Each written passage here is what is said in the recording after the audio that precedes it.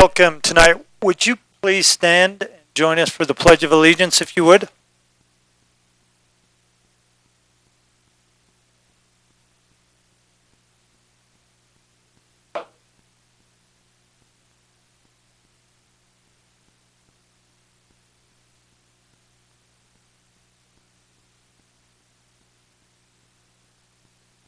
Thank you. Looks like we have a full house. I'm not quite sure why you're all here. No. If you could, just a reminder that if you want to speak when we get into the petitions section, you'll have to come to the podium, use the mic, speak close to the mic, and everybody with the mic, try to keep within about 3 inches if you would. We're remedying a situation, hopefully have it resolved, but if you're a half a foot or so further away from that mic, other than Glenyce, for some reason, no one at home can hear you. So if you would, roll call, please. Councillor Shalata. Here. Dottie. Demas. Here. Tate. Here. Windorf. Here. Halter. Here. West. Here. Savage. Here. Mayor Como. Here. Councilors, first order of business before you, you have a revised agenda. I would entertain a motion to approve the revised agenda for March 5th. So move your. We have a motion. To have a second? Second. Second's been called. All in favor say aye. Aye. Are there any opposed? Thank you, councilors. I would also like to recognize Representative Stiff hiding in the back, back from the trenches. Appreciate that. Are there any other senators or representatives here today? You're the only one that had the energy to come, so thank you for that. And a whole front row of scouts that I can see. I'm not quite sure what unless you're going to street race. Are you guys here to street race? Because that would be an issue. Okay. Councilors, I'd entertain a motion to approve the minutes from the City Council meeting February 19th, 2019. So move. We do have a motion. Do we have a second? Second. Second's called. All in favor say aye. Aye. Are there any opposed? Okay, let the record show no opposed. It's going to move us down our agenda to the appointments sections, councilors. James King, first term, is my selection for the Abandoned Minelands Committee. What's your pleasure? Your Honor? Councilman Zotti? I would recommend maybe putting this on the table for now, because when just through discussion with this committee, they haven't met in 5 years. Really nobody on council anyway that knows what does or what they have done, or what their purpose is, or what the benefit of the city is. At least I've come to understand from everybody. I just wonder if this has been a committee that's did anything. I did some looking online. Only reference I could this committee really was back in when they were there to address, identify potential AML projects that possibly utilize funding. I'm just kind of at a loss as to what this. Your Honor, Councilman Tate. just to follow on that, maybe if we table it, we get on that board.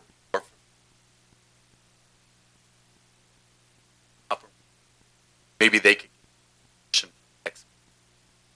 vote on, but I wouldn't want to take it off. I discussed this with Mr. Cowsage. Paul, can you give us any background on where this committee started, what their involvement was? I see we only had one individual was Charlie Love, and I believe he's might be out of commission at this point, but this individual usually at that time, and it was quite some time ago, worked with the city during AML mitigation issues. Can you bring us up to speed on what this committee did? Your Honor, I really wasn't even aware this committee existed until the other day when you brought it up. Since my tenure here, I have not ever met with this committee. I don't actually, that since possibly the early 80s or whatever. In the past, most of the time when we had meetings with AML, staff and mayor,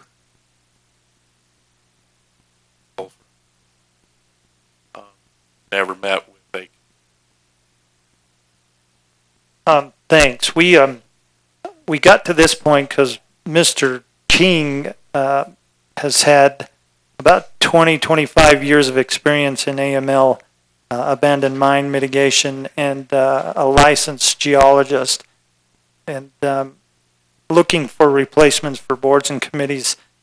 This I take very seriously. I definitely agree with what you're saying. We're not quite sure what this committee does, but I believe at this point, if we decide that we'd like to move in a direction, we could go back to the city staff, meeting with AML, because we do have situations where there is drilling for exploratory or mitigation purposes on city land, and I believe it's very critical that we stay abreast of the situation, the issues that are taking place, and play a role in that, and make sure that we minimize any harm to buildings, infrastructure, and the like. So we can take action on the appointment, table it, have a motion, we'll move that direction. But either way, I feel it's very necessary we stay involved with what's going on around our city in regards to abandoned mine. Councilman Zadi? I would agree with you on that issue, that to really keep on top of it and pay attention, close attention to what's going on. I guess one problem I have is you're going to appoint somebody and there's not a defined role. So really to service that person as well is that there's just not a defined role that I'm aware of. So I just don't know what direction, what this is doing. Like, Well, and that's understood. As I look at the boards and commissions list that I reviewed since taking office, there's one individual on this list when I came in, Charlie Love, and a vacant position. So even two members, what their role was in regards to meeting with city staff and the like, I'm not quite sure, or when it occurred. But like I said, city staff, myself, we can in the future meet with any AML development or mitigation on city lands, keep the council abreast of what's taking place, and if needed, for experience or knowledge, of which a person like Jim King, very knowledgeable of the underground mine workings and the like, could also lean on him for some experience. So is that in the form of a motion, or what direction would the council like to take?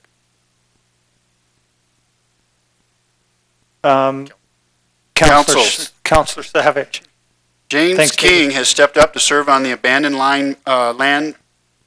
Mine Lands Committee. Do we have a motion to approve? Mr. President, I would move to table that. Okay, do we have a second on the table? Second. Second.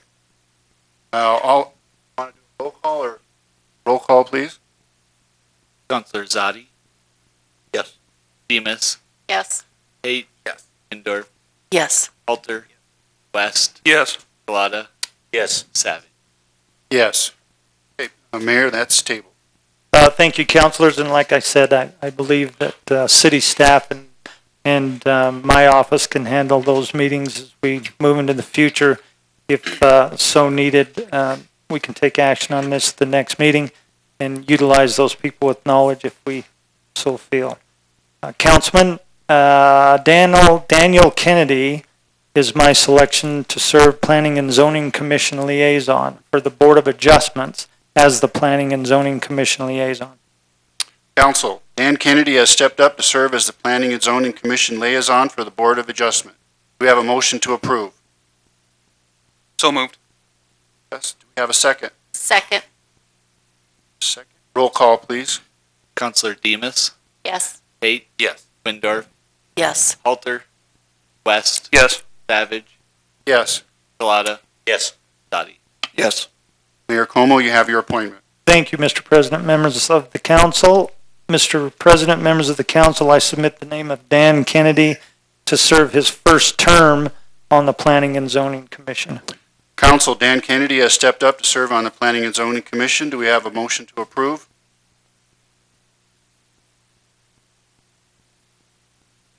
Do we have a second? Second. Roll call, please. Councillor Tate, Yes. Windorf, Yes. Halter, West, Yes. Savage, Yes. Shalata, Yes. Dottie, Yes. Demus. Yes. Mayor Como, you have your appointment. Thank you, Mr. President, members of the council. This is going to bring us on to the presentations and proclamations section of our agenda. Climb, Wyoming, Brittany Gray. Could please step up. The podium is yours. I have to make sure that microphone's turned on when you grab it. Can you hear me? We can hear you. Mayor Como, councilors, thank you for having us on your agenda today. My name is Katie Glennemeyer. Brittany Gray, our program director, would have been before you, but she was unable to make it today. So I'm the business liaison with Climb Wyoming, and I have Sasha Nowak with me. She's a Climb Wyoming graduate. I know we've come before you to speak before, and we've given you some facts and figures and statistics, but nothing speaks quite like the story of somebody who's gone through the program and come out on the other side. Just to give you and the many people in the audience an idea about Climb, we help low-income single mothers discover self-sufficiency through career training and job placements. We're a Wyoming nonprofit with 6 locations around the state and 1 office right here in Rock Springs. And we do 2 programs a year based on economic need, which means that wherever the jobs are, that's what the programs we try to offer. We've done CNA, we've done CDL and office careers most recently. And what we do in our program, we do the job skills, but we also do comprehensive life skills as well. Things like nutrition, budgeting. They get to meet with a licensed counselor, and we just try to meet them where they're at and make sure they're ready for the workforce. And my role, I work with people on filling out job applications and getting ready for interviews and things like that. So with that, I'm going to pass this over to the highlight of the night, which is Sasha, who's going to tell a little bit about her story and how she came to Climb and what it was like going through the program. And now, as a bona fide CDL driver, working on construction sites, what that's like. So with that. I'm nervous. So before Climb, I bounced from job to job, a lot of customer service, barely making any money. I had 1 child at that time, but I made just enough where I didn't really need a whole lot of help. But then I got pregnant with my 2nd child and was freaking out, trying to figure out how I was going to make it. Climb showed up on Facebook, actually, as an advertisement, and you get a lot of ads on Facebook, so that made me a little nervous, but I did go to their meeting after having my 2nd child, and I met the people that are here. I saw a lot of familiar faces, people I see at the grocery store. It was great. Going through the program, we had to, show up Monday through Friday, 8 to 4 every day, and it was important to go through a lot of the extra stuff, such as the budgeting and other things, sorry. Turns out a lot of people are not very good at budgeting. That was a big highlight in my group. So they took the time to understand what your needs were, and they helped you with those problems. After graduating Climb, I was in a job placement right away, Lewis and Lewis. They actually took half of our class, which was pretty amazing. She actually wrote the story on it in the newspaper. In just the short amount of time I worked last season, I made over $40,000. I've never seen that much money in my life. It was pretty amazing. I just bought a house. My kids, I can pay for them to go to daycare. I don't have to have assistance. I'm not on Medicaid. I'm not on any food stamps. It really did lift me out and change my life. So thanks to everybody who donates.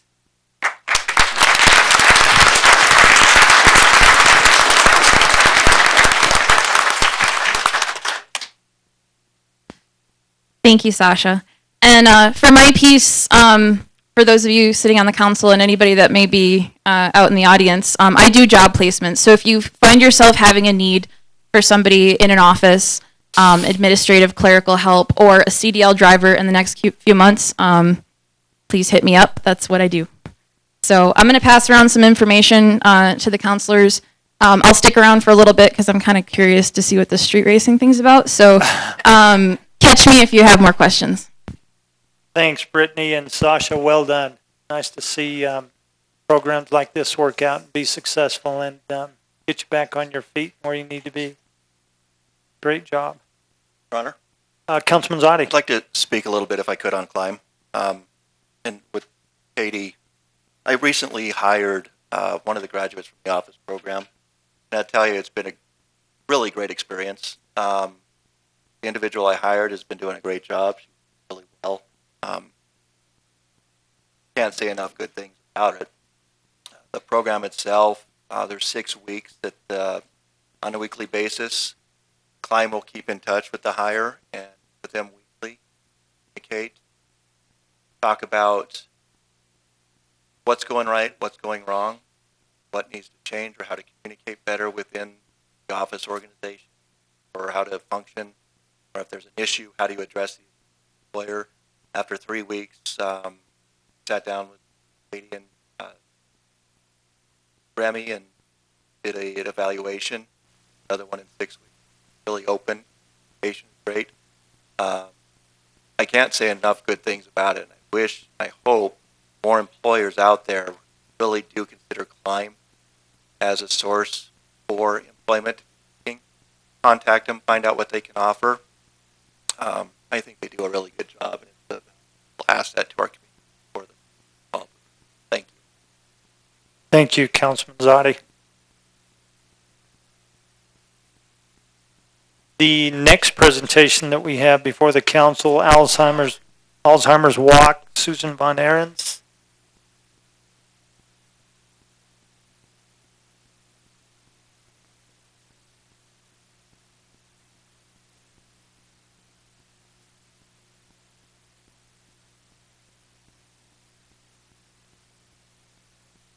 Can you hear me? Oops.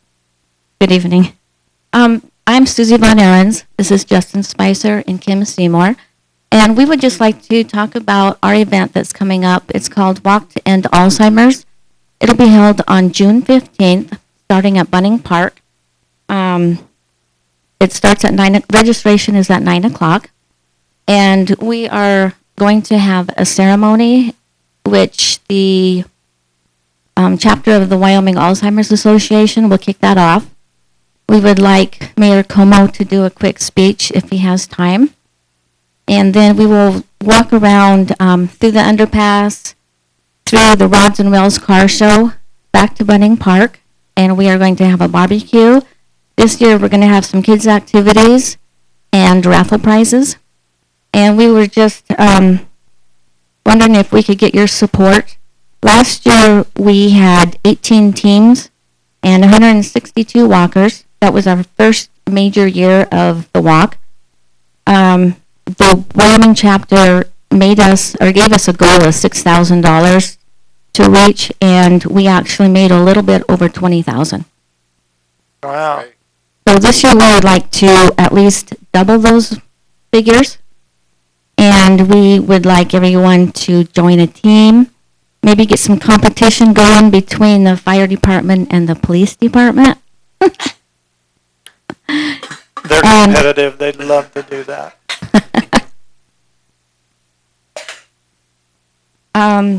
I think that's about it. Do you have any?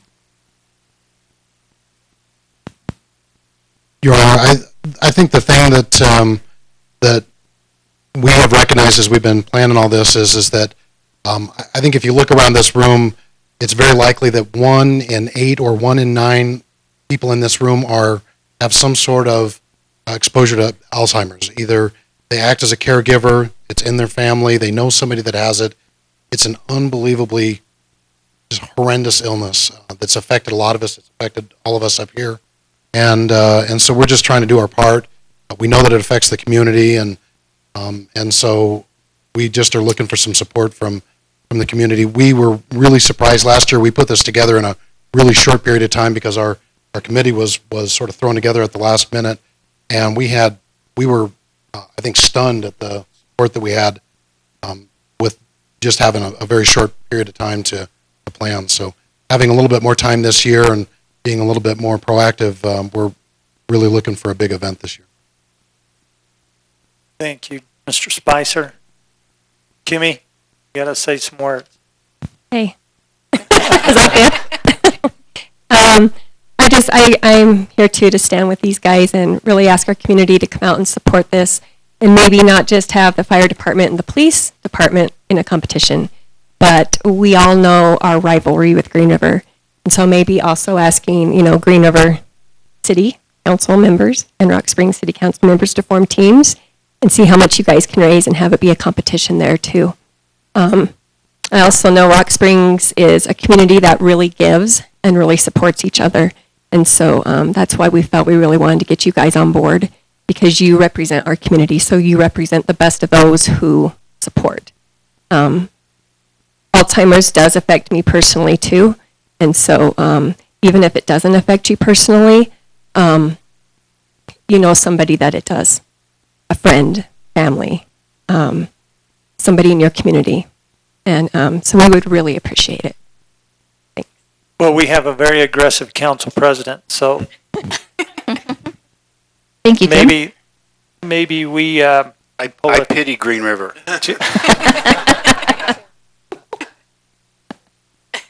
But I will most definitely be there to support you. What time on the 15th? It says you're starting at about 9. Is that? Registration starts at 9. You can register online earlier at alz.org/walk, and then you can form your teams that way, or you can register the morning of at 9 o'clock.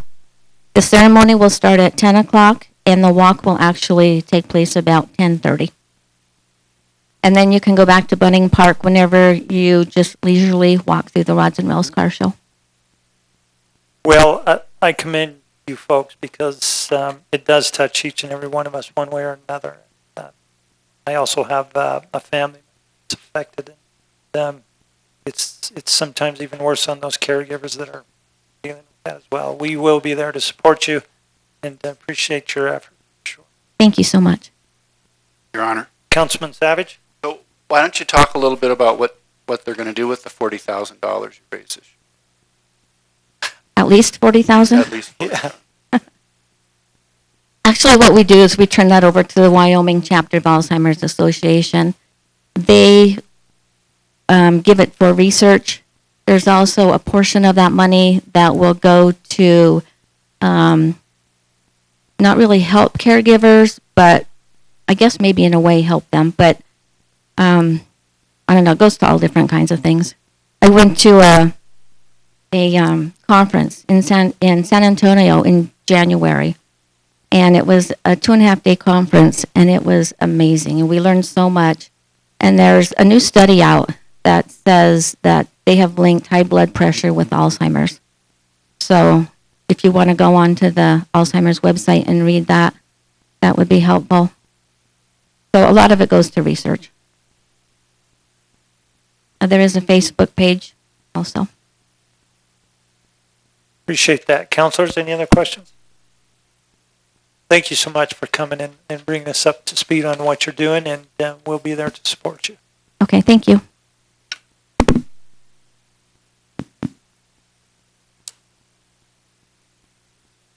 Next item on our agenda is the public hearing section, of which we'll be discussing or hearing comments from the Rocket City Racing Dragstrip proposal. If I could just a moment give Councilman Zotti just a little bit of time, if could, just to go over a few items from discussion and correspondence that the council's been receiving. Thank you, Your Honor. I just wanted to talk a little bit about what's being proposed. We've gotten a lot of comment for and against. I think there's a lot of misinformation out there, but I just want to get kind of the facts out and what's being proposed and what we're looking at. One major thing that I've heard is there's going to be cars going 200, 300 miles an hour. Not going to happen. We're looking at eighth of a mile, 660. There would be street legal cars. They would be registered and titled. They would need to have some kind of exhaust muffler. They're not going to be open pipes.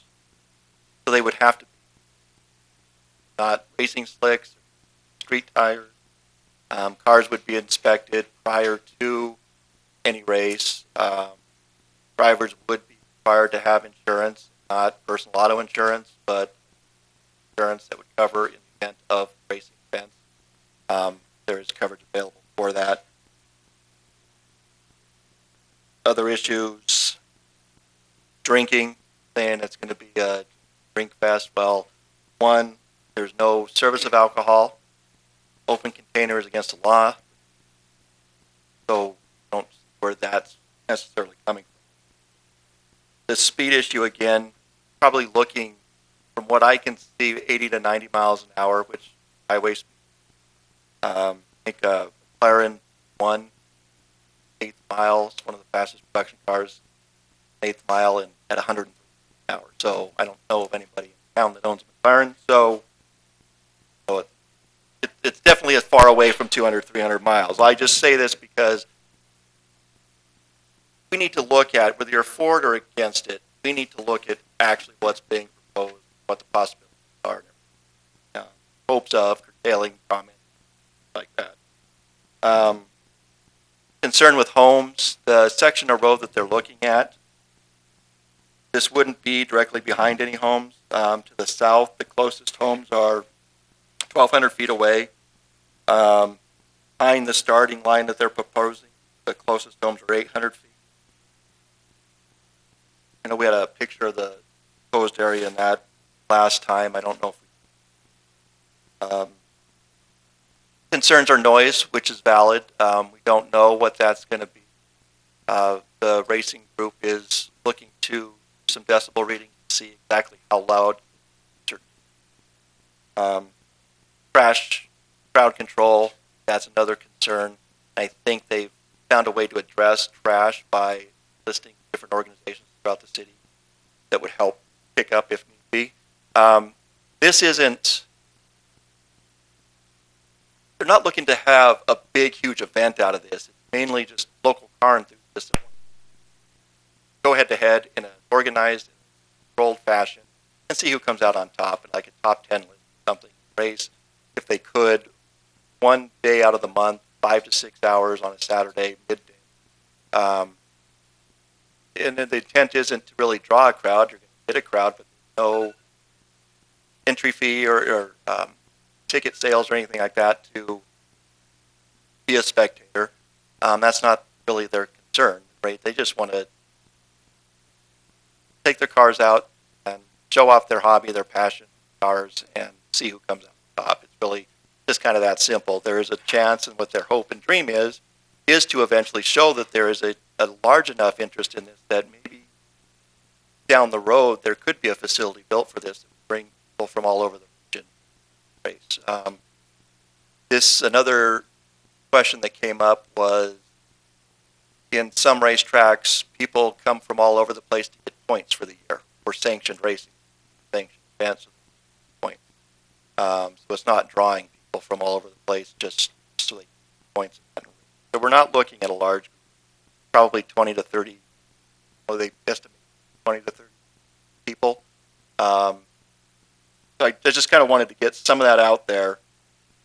So we all are looking kind of at the same thing. And I know Tim and Alan will have some comments as well, either probably after, kind of follow up on some of the questions and concerns. So, thank you. Thank you, Councilman Zadi. With that, just curious, this public hearing is to take comments, concerns, input, information from the citizens. How many in this room, by the show of hands, intends to speak on this issue? So I'm thinking if we could maybe limit ourselves to about, say, 2-3 minutes, so we give everybody a chance. Be here till 11 o'clock. Would that be okay with everybody? This will be a new business item on our next agenda, of which the council will take action on. So if you're here, you want to be heard, by all means, this would be your time to be heard on this issue. Is there anyone, Councilman first, or any other comments? Councilman Zadi? I forgot to mention it here, but it's something that really kind of gets me. With some of the opposition to this, a lot of the comments are, why are we even wasting our time? Why are we listening to this? It's ridiculous. Why even bother? Well, put yourself on the other end. If you had a request and you wanted something to bring forth the council, I think it's only fair to give everybody the right to vent and get it out in the open, have a public comment, have a fair debate for it. I don't think it's right to shut anybody down just because my else. So that's one thing that bugged me. They're going through the right thing, doing the right thing. They're bringing it forward. They're just asking, hey, is it possible? That's why we're time. Everybody propose an idea that they want to see in there. So that's it. Councilman Schlada. Well, the letters I've gotten back or the comments I've somewhere in opposition, somewhere for it. Opposition, they weren't against drag racing. Say they were against having drag racing in city limits. We have a multi-million-dollar complex only 5 miles away. It's brought to your attention that that's where this should be held. Why hasn't it been held? We have a liaison or a board member of the county fairgrounds right here to talk to Mr. Lloyd. I would like to see us get together and go out there to the board out there and say, hey, we want to see something like this in Sweetwater County out at the fairgrounds. If it works, it would be great. But the other point is a lot of people in here want to get up and say why they feel it shouldn't be in the city. That's all I have to say. Thank you, Councilman Schlada. Councilors, any other comments? Okay, as part of the public hearing section, this is your time. If you wish to speak on this issue, please come to the podium, state your name, whether you're for or against, and give us your comments. Make sure that you state your name so we can get it down in the minutes.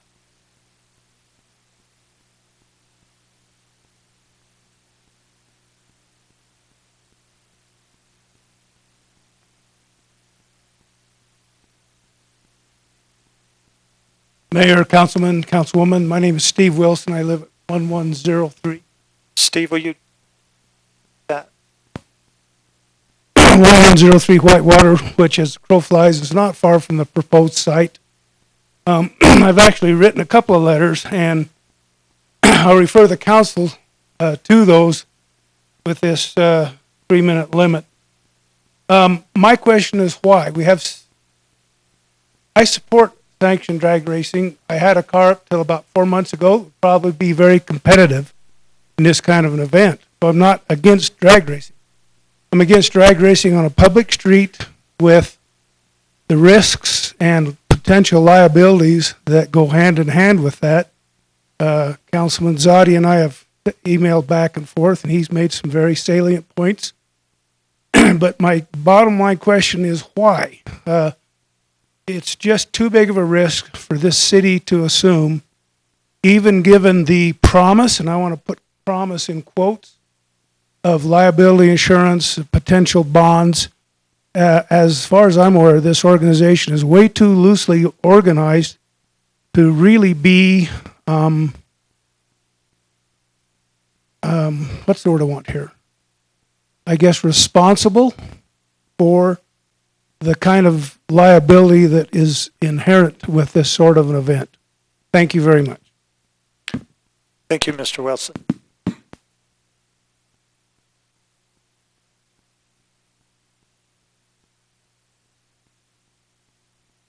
Please, anybody wishing to hear, keep in mind next meeting, this will be a new business item that council will take action on.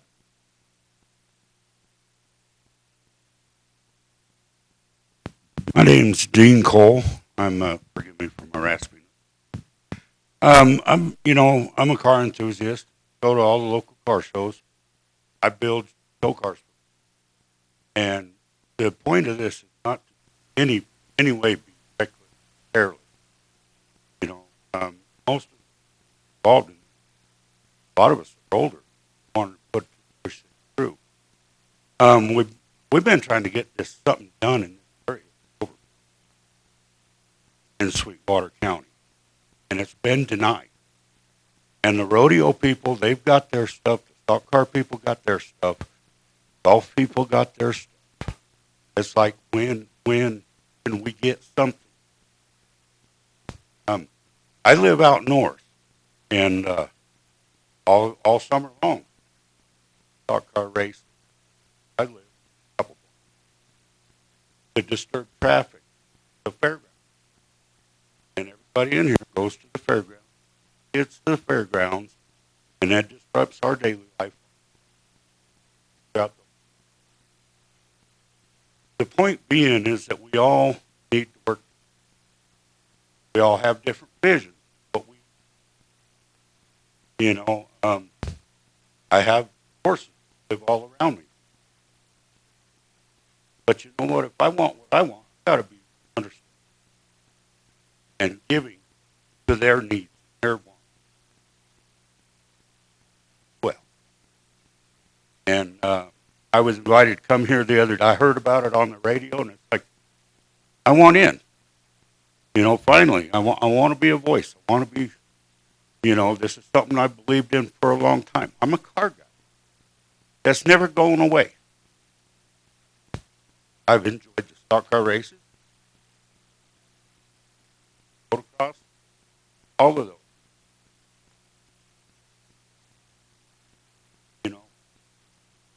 Why? I'm not saying that street race is the permanent solution, because the inevitable thing would be to have a dragstrip.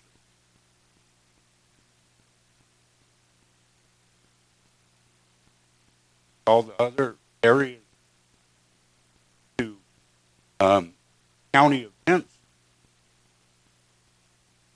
all the golf courses and the fairgrounds and everything else that's going on, please give us some service.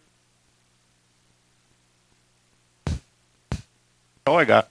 Mr. Cole, you Yes. said it had been denied by, in the Yeah, past, by who? I don't know all the exact details. I know it has come up in front of the board from time to time, or... Your Honor, I could comment on that maybe Councilman a little bit. I know in the 90s, early mid-90s, there was a initiative where I believe it was the 6 cent funding to expand the events complex, which included a larger main hall, a couple other buildings, and then a drag strip. The total, I don't quote me on the cost on that, but it was $30, $40, $50 million. That died in the 6 cent vote.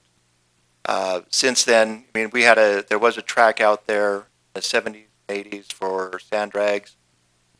That eventually went away, and nothing had taken place in that area. That now turned into camp spots for the National High School Rodeo come into town. So that section's gone, and I have brought this up to Larry at the events complex and let him know that there's a petition going around asking for this to be considered. The problem right now, it comes down to money. And the other thing at the events complex now is space. There's just not a lot of space to hold or to do this and do it right, where you have, you know, a Christmas tree, whatever, the lights and stands and everything else. So it is difficult. And I know as council, there's been several of us on here, and as well as others in the community, been looking and coming up and trying to figure out ideas and ways to work, whether it be a different location or how exactly it can happen. The RC field out by the airport for remote control airplanes, that's in so much disrepair. It's narrow, it's not long, it's starting over, and it's again an expense thing. So from the events complex standpoint, yeah, I mean, that's what we'd like to do. We like to have events out there. We like to get people, pull people from the region for an economic development. But we are limited on space, and there is an expense. So I think that's the last time I can remember a drag strip being proposed was in the 90s. I'd just like to add one more thing. I've looked at this road, the extension, right, is where it's at, the proposed area. That road, you sit there and watch it all day, there might be.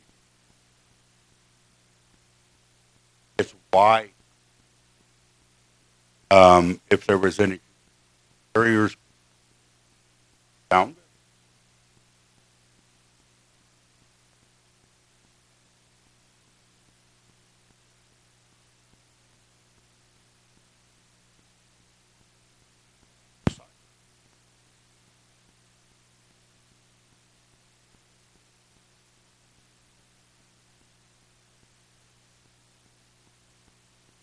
Well, a lot of people, a lot of these kids nowadays driving around $40,000 race cars, hot rods, they bought, you know, and they're out racing on the street. Eat it, you know. And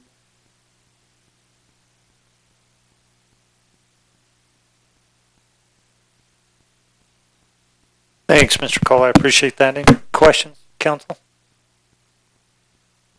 Okay.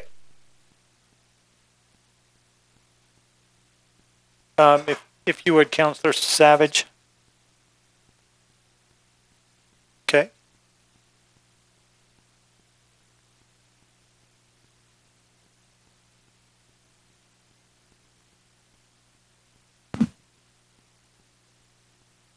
All right. I'm Devin Sloan, and I'm against the track itself in the location, not against the street racing. I have many concerns myself, all of the things that have been addressed. I think that Tim Robinson has done an excellent job of addressing concerns and doing his research. But my biggest concern is he started a petition in an auto body shop. Of course, he's going to get over 1,000 signatures petition in an auto body shop. I do not think that he or anybody took the time to go to the surrounding neighborhoods that will be affected by street racing.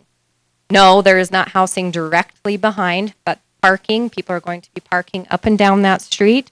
The 2 through streets to go around to get to those houses are going to have to be blocked off, which means there's going to be more traffic through the direct neighborhoods where our children play.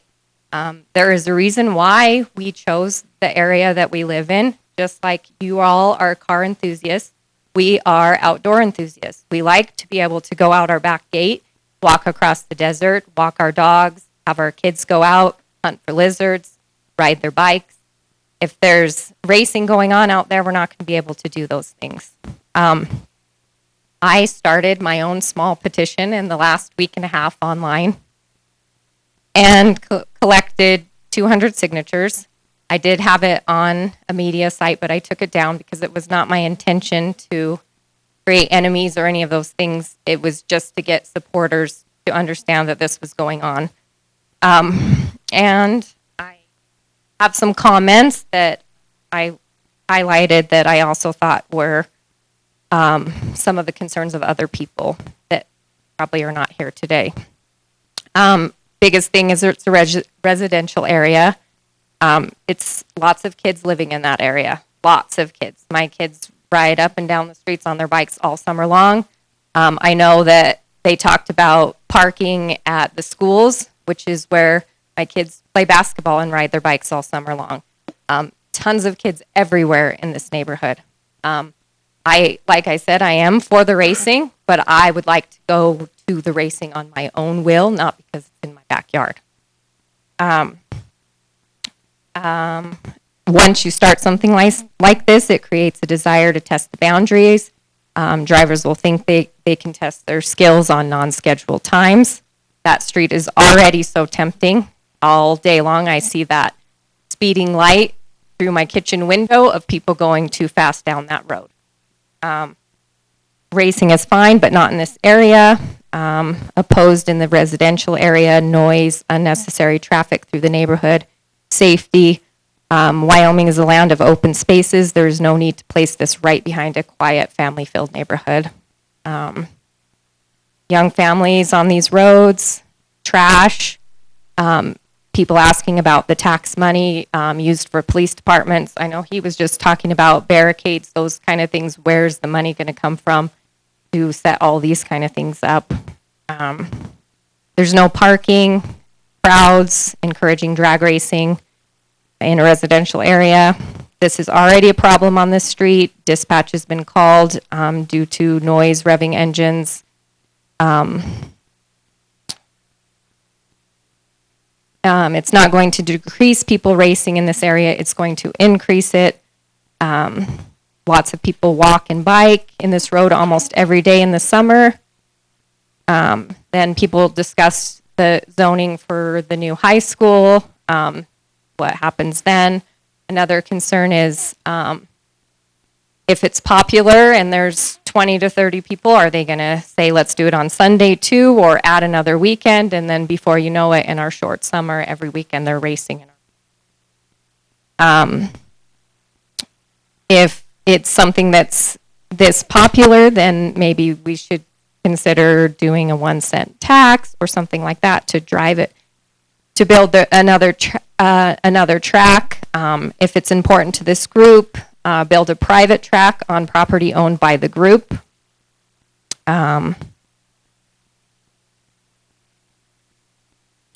Shift work, I know that's been addressed before. School area, housing area, very family oriented, loud cars, dangerous cars. Somebody said they love this group and organization, but it needs to be in a better spot. And that's about all that I have. I have lots of other comments that people have submitted, and I am willing to go through our neighborhood and walk door to door to get that immediate area petitioned if that's what needs to be done. But I just did not have the time in the short 2 weeks. I'm Sarah. I am Devin's neighbor and agree with everything that she said. Again, I have kids that play in that neighborhood. I also run that. There's a loop that people run. People drive there to exercise that loop and bike that loop that would be affected. So I ask that you guys vote no. Again, I'm not against the racing, and I think it's a good idea. I am against the location of where it's at. Well, I appreciate your comments. I did not notice the council president tapping me, telling me that we extended your time. But there's 6 minutes. There's okay. 2, so that was 6 minutes. But I think that all in all is pretty much what we've been hearing from the neighbors. So I appreciate your time to come down and give your comments. We'll take those into consideration.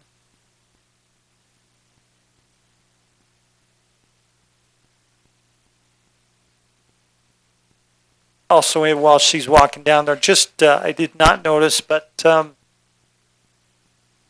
professional geologist Jim King is in the office or in the council chambers. If you need to speak with him, Jim, raise your hand. That would be the appointed AML committee person that we'll discuss next time. And Kelly McGovern with School District 1 is here also, that might be able to answer questions if we have them. I'm sorry, go ahead. Hi, I'm Natalie Powell. I own a home that backs right up to Summit. I've spoken to the council at the last meeting. I'm still vehemently opposed to this proposed drag racing in residential areas. I want to make it clear I'm not against racing. I'm against racing in residential areas. I wrote a few key points down.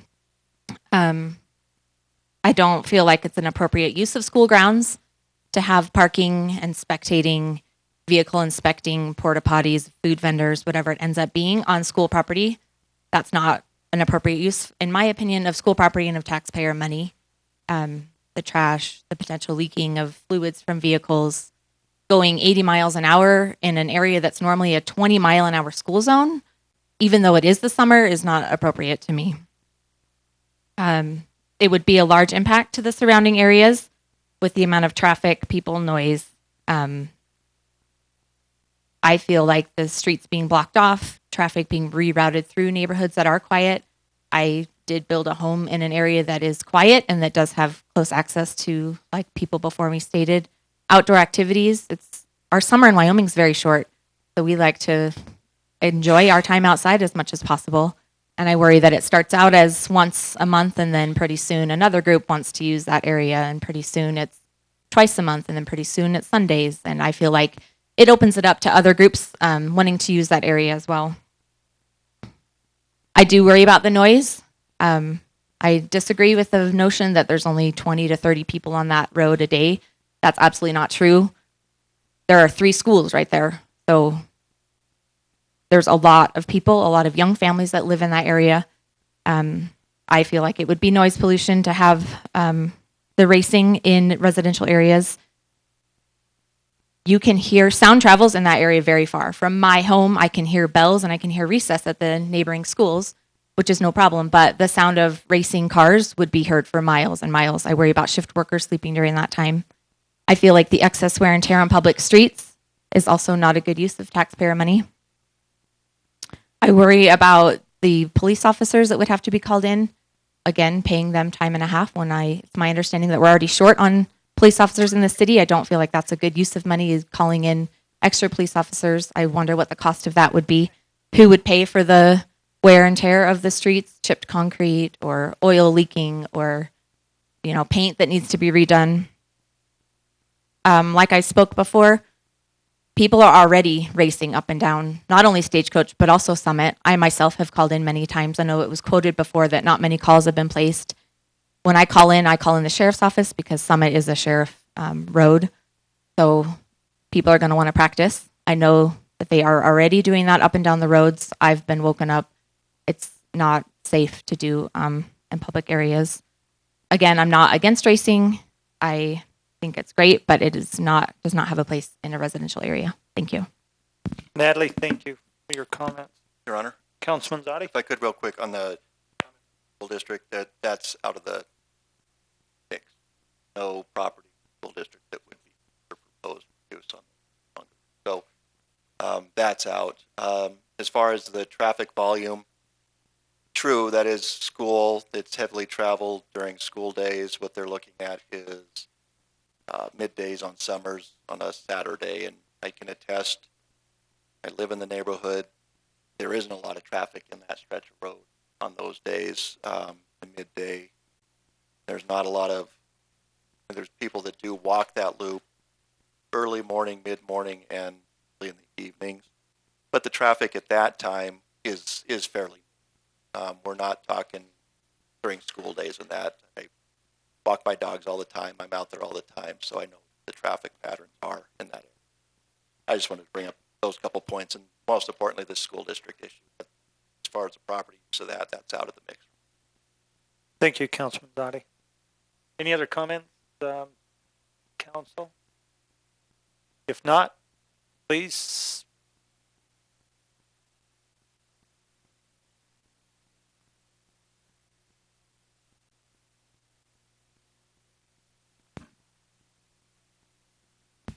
Mr. Mayor, City Council, Dave Dean, President. I stood up here a couple weeks ago and told you, I'm not going to be practicing that kind of stuff. One thing I did in the interim is did some testing on a legal track, see how fast I could go. 83.6 miles an hour, not anywhere close to. with a street stock production.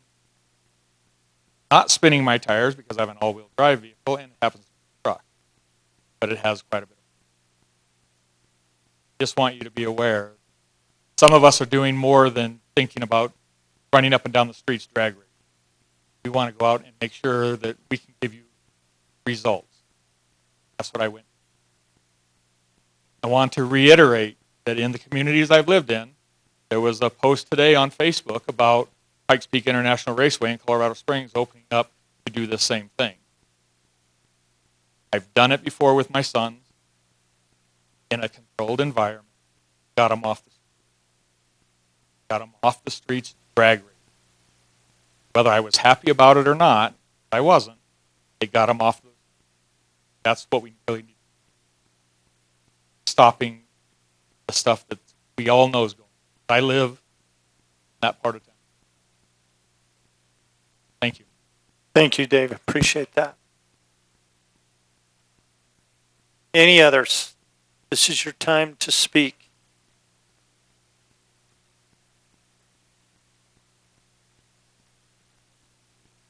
Johnson, and I am against this, but I do just have a question for the city council. Isn't there a road that connects Yellowstone to Foothill? And if so, couldn't they use that one instead? Carla, funny you said that. We did look at that road. If you're speaking about Signal Drive, is that the one you're speaking? No, I think there's a road that connects. I have not been on it, but once. There's the road that there's a road that cuts across the desert and it connects. Industrial. Okay. So the problem with industrial, although it does have the length, the problem is it has several curves, and to get the quarter mile in the curves as you look at it, I'm just going to pull it up here.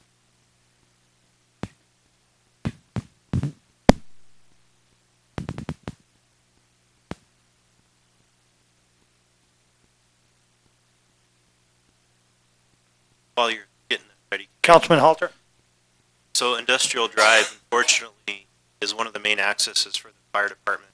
So that one probably be a lot of the reason why Stagecoach was proposed where it is there's no access restrictions behind it part of it. So that's a lot of the reason. There's really not a lot of other roads in town that could be used for it. So, but Industrial Drive, fortunately, is a main access for the fire department. That's a good point, Councilman Halter. And by the way, this is industrial. Just so you know, the council's probably not creeping on your neighborhoods, but I think most everyone's been driving around town looking at roads. I have to reiterate what Councilman Zotti said earlier. I know everybody is either for or against, but this is the vehicle that gets us there, and we have to listen to everybody's comments to make sure we make good decisions and what we feel is in the best interest of the city, the schools, the general public, and the like. So with that being said, that is Industrial Road that Councilman Halter speaking with, and the fire station basically sits right over here. So if we were to close that road down, that would lock them out of their connection to Foothill Boulevard. Okay, thank you, Mr. Mayor. That being said, while we're waiting for another, just give you a couple of ideas that we did. Councilman West and I discussed being the Signal Drive road. That is this road right here, which comes from Yellowstone to Foothill. It's right at about a quarter of a mile, but it starts in a high elevation and it has a curve in it. That being said, and just food for thought, I'm just suggesting this. I by no means wish to speak for the county events complex. Mr. Zotti may be able to chime in, but after driving many roads throughout the city trying to find some place that would make sense to provide options, back in the day, the quarter mile for the drag strip used to occur right down here Am I right, Councilman Zadi? Perina? Yep. Right in here. And now we have campsites right there. But measuring some distances out and some discussion that I know that the county was working on what time. This is the rodeo arena area right here, the track. These are the grandstands right here. This is a large parking lot that they use for the rodeo, and I believe some truck trailer driving testing right there. It was talked about at one time. This is basically a roto-milled road right now. It was gravel. This is the road going into the motocross arena right here. And when this gets muddy, and it does get muddy, we have a lot of traffic coming back right onto Yellowstone Road with heavy mud and the like. So they put some roto-mill on here. It's my suggestion and thoughts. It wouldn't take a heck of a lot to pave that road, because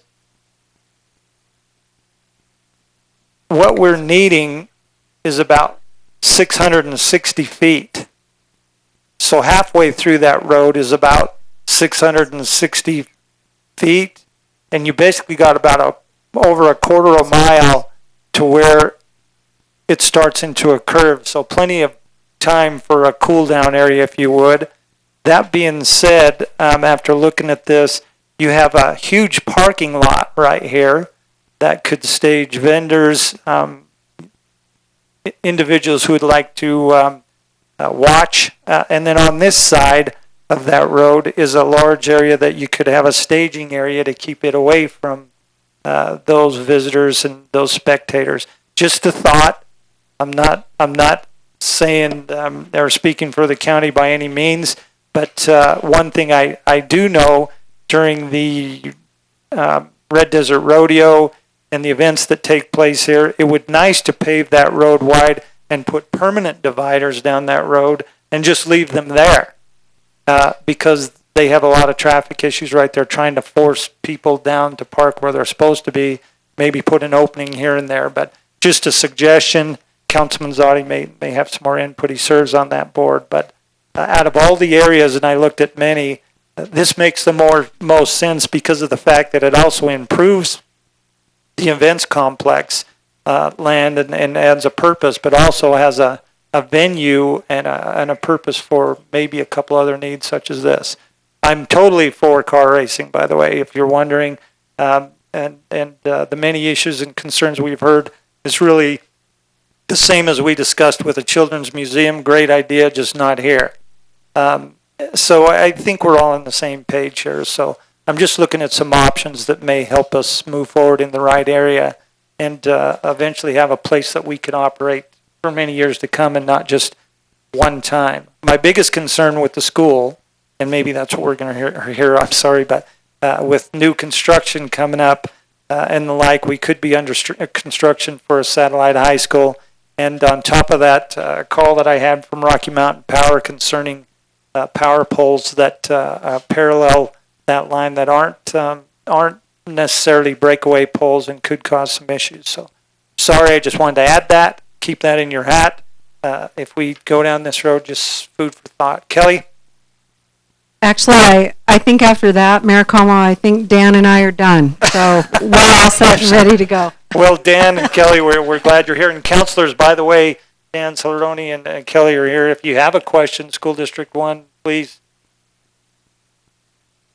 Well, that was an easy out for you. Your Honor, I do. Councilman Halter.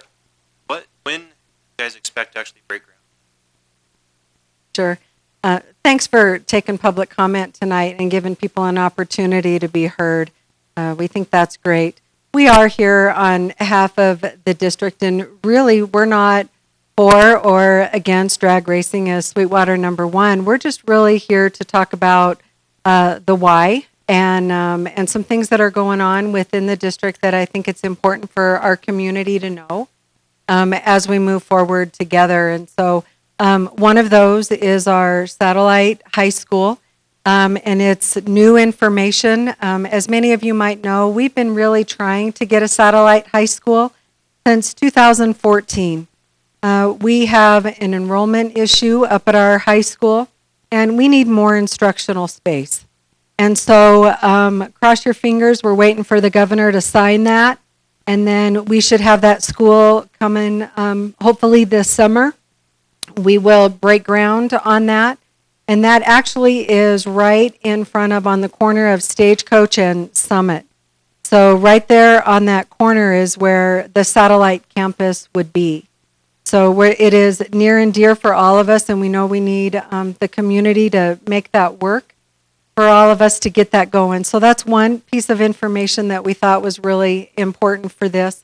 The other, I know Councilman Zadi talked about that the school district using the facilities was kind of off the page a little bit, and we just feel it's important our community knows why.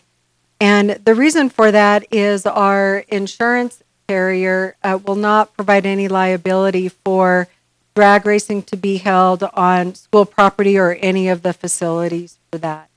And so we know that when that school comes in, we're going to have some safety things.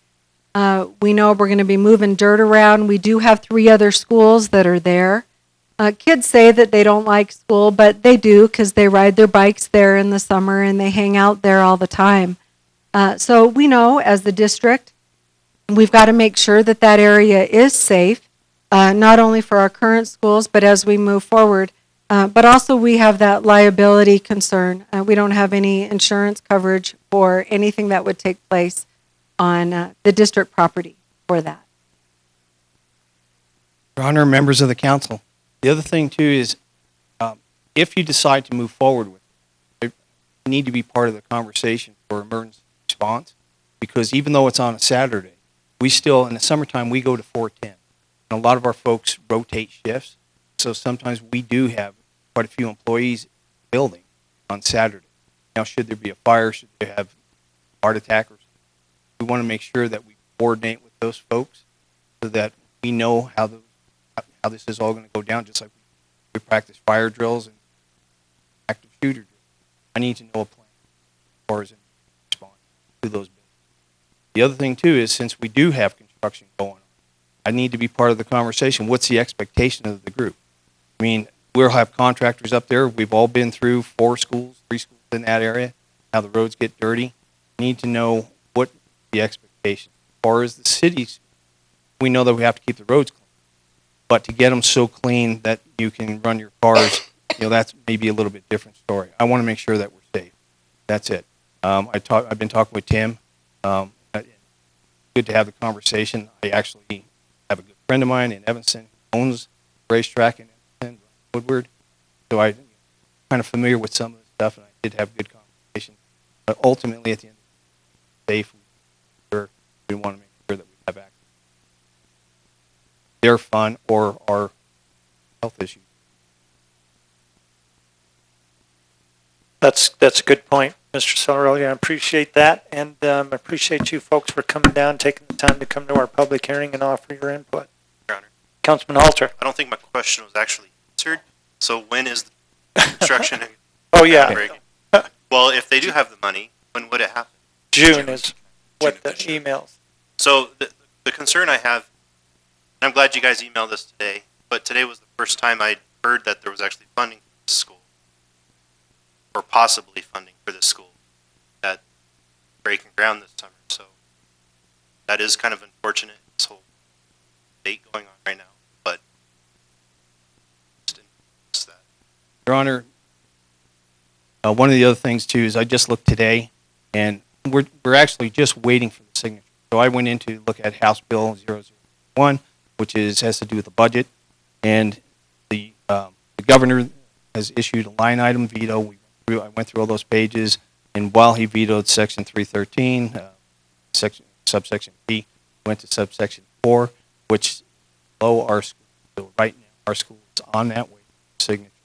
As soon as he signs that, the architect will get their sub consultants going. So we have to.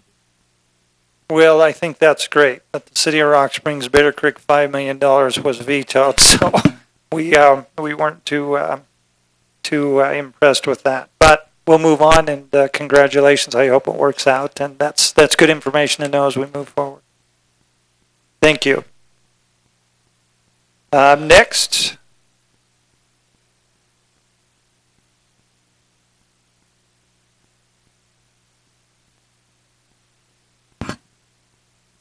Can you hear me?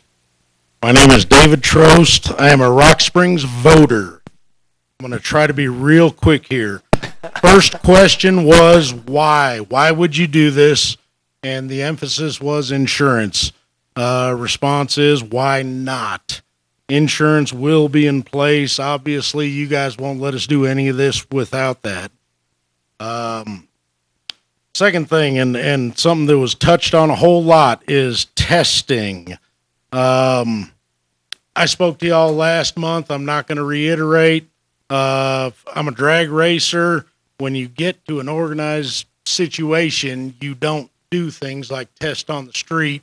You don't race on the street because it doesn't matter. What matters is your organization. People are against it in the city limits, talking about the fairgrounds. Well, here's the fact is, if we want to do it in the fairgrounds and everyone in this room says, let's do it in the fairgrounds, that stuff is years away. We are trying to make something happen immediately. And speaking of the testing and the fairgrounds and against in the city limits, I want to hear real world opinions. I saw a couple of nice neighbors up here giving their opposition to it, and they told me a list of things that them and their neighbors are all against. Well, I didn't hear from their neighbors. Appreciate y'all coming out, though. As far as a petition at an auto body shop, well, yeah, that's kind of what we do. We're here. We have a whole pile of signatures of voters, sirs and ma'ams, excuse me. As far as 3 days of the year, people talking about we're going to do this for 3 days. Well, now we got our 3 days. Let's do 5. Let's do 6. Let's do 8. Well, you up there are the ones that decide that. We give you our opinions. You decide that. So, I mean, that's out the door. Oh, this is kind of tough. Residential, Mr. Como, Your Honor, would you mind pulling up? You got the perspective strip there. Everyone keeps talking about this is a residential area. Can you point to the start line? And it's going to be straight to the left, to the west will be the finish line. This is not a residential area. I am the biggest proponent. in the world of watching people fly up and down my street. I live on 9th Street. It's a busy street. People drive too fast. My dog got hit a couple days ago, okay? People drive too fast. I am the biggest proponent of slowing down in residential areas. There is nothing but desert out there. And we've already discussed crowd control, putting guys out there to keep everyone far, far away. This is not going down in front of your house.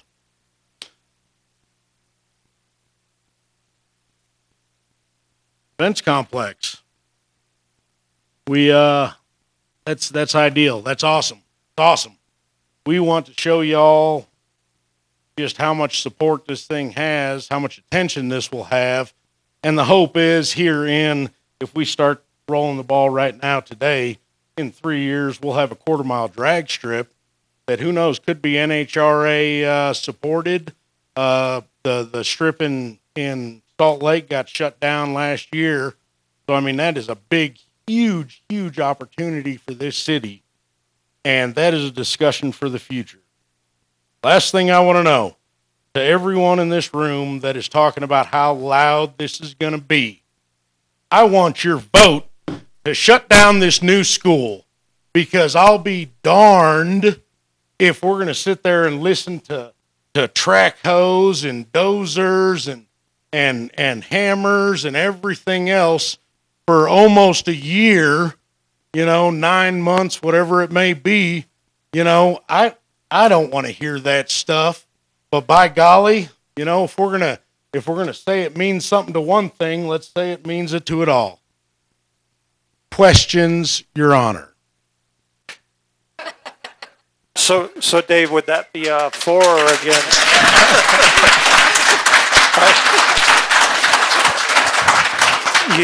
You make some good, valid points, and I appreciate that. Thank you, sir. Comments. And council, any questions for Mr. Trost? Your Honor. Councilman West? Just one clarification. That is zoned an R1 zoning district in that area, so you're aware. I understand that, sir, Mr. West. It is not in front of anyone's house, and you can see Not that arguing that, just plain clarifying as the zoning. day. Yes, sir. Other questions, councilors? Thank you, David. I appreciate it. Thank you. I'm going to leave this on.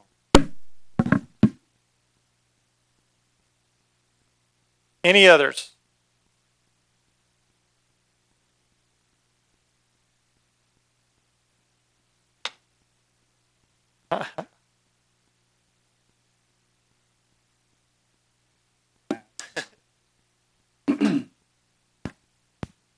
Mr. Mayor, Council, thanks for everybody, department heads. I don't want to go too long because I know it's past some people's bedtime, our scouts and Commander Kessler.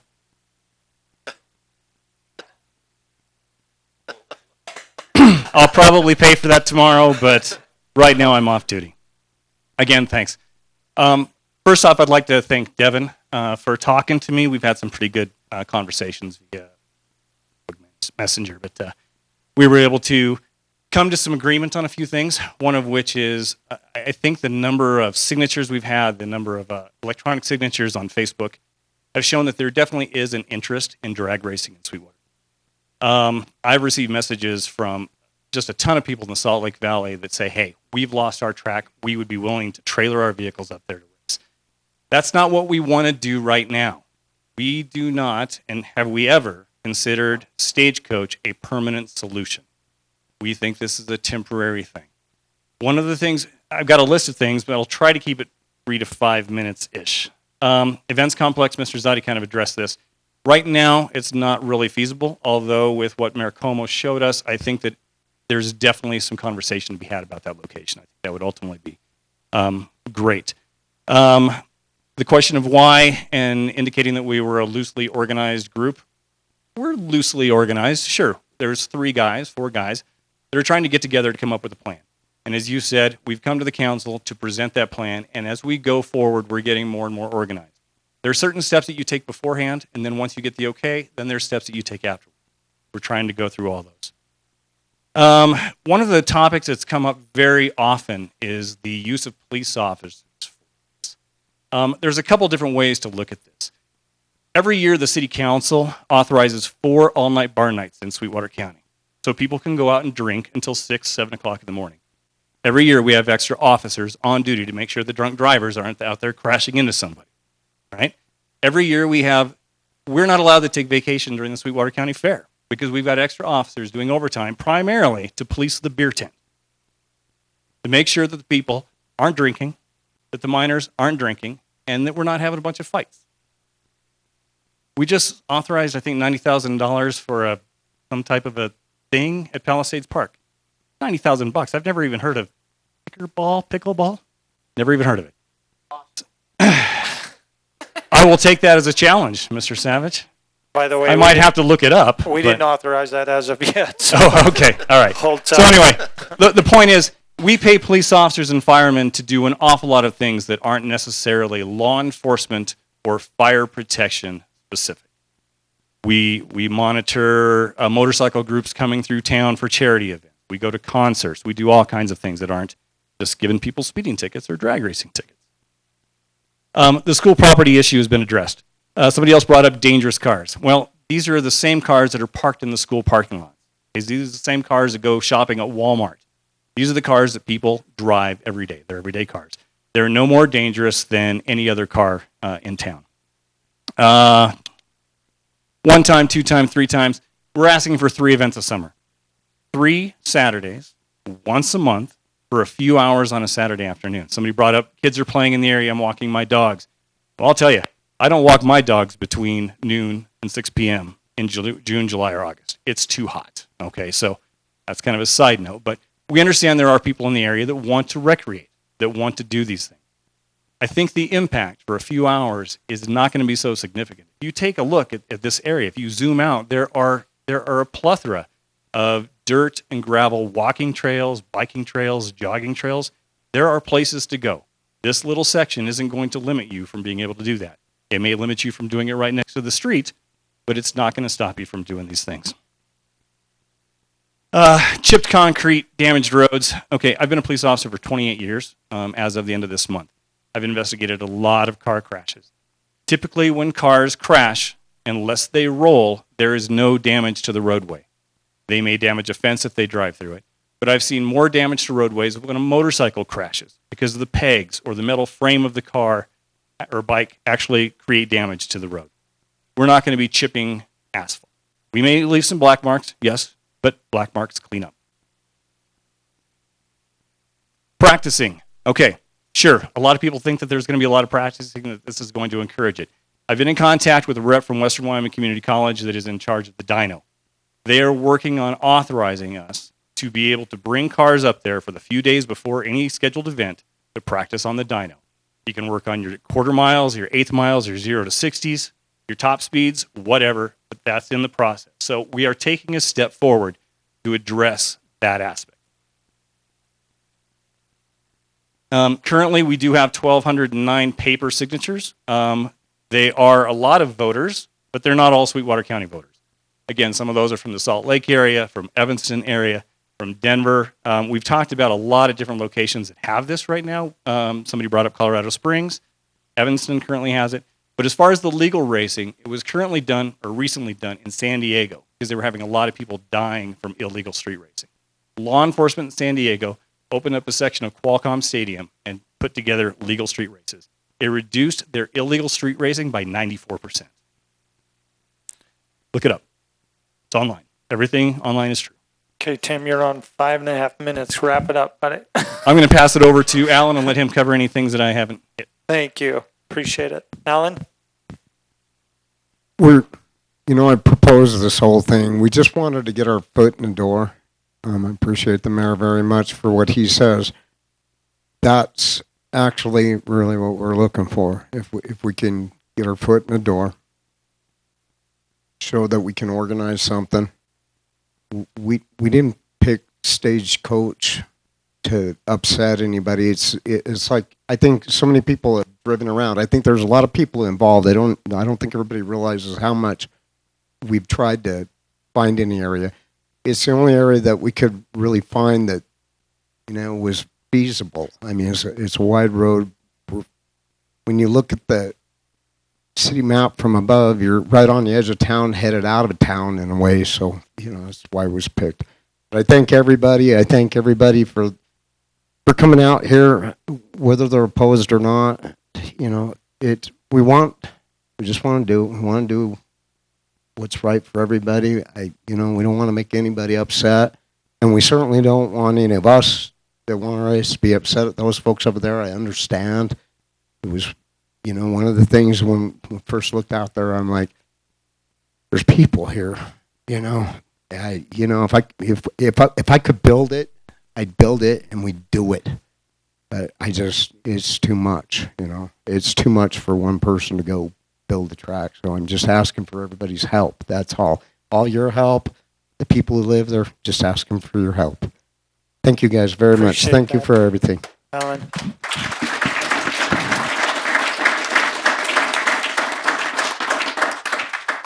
I will say that I've talked to, and the council has spent a lot of time researching this, speaking with a lot of people, emails, phone calls, visits. I have never yet heard any one person say they are against this, other than the location. So I can appreciate, the public process is a great tool. It's a place to start. You guys, you take a stab at it. You look at the issues. We discuss them. We tweak it. We work towards a solution. That's what we're supposed to do.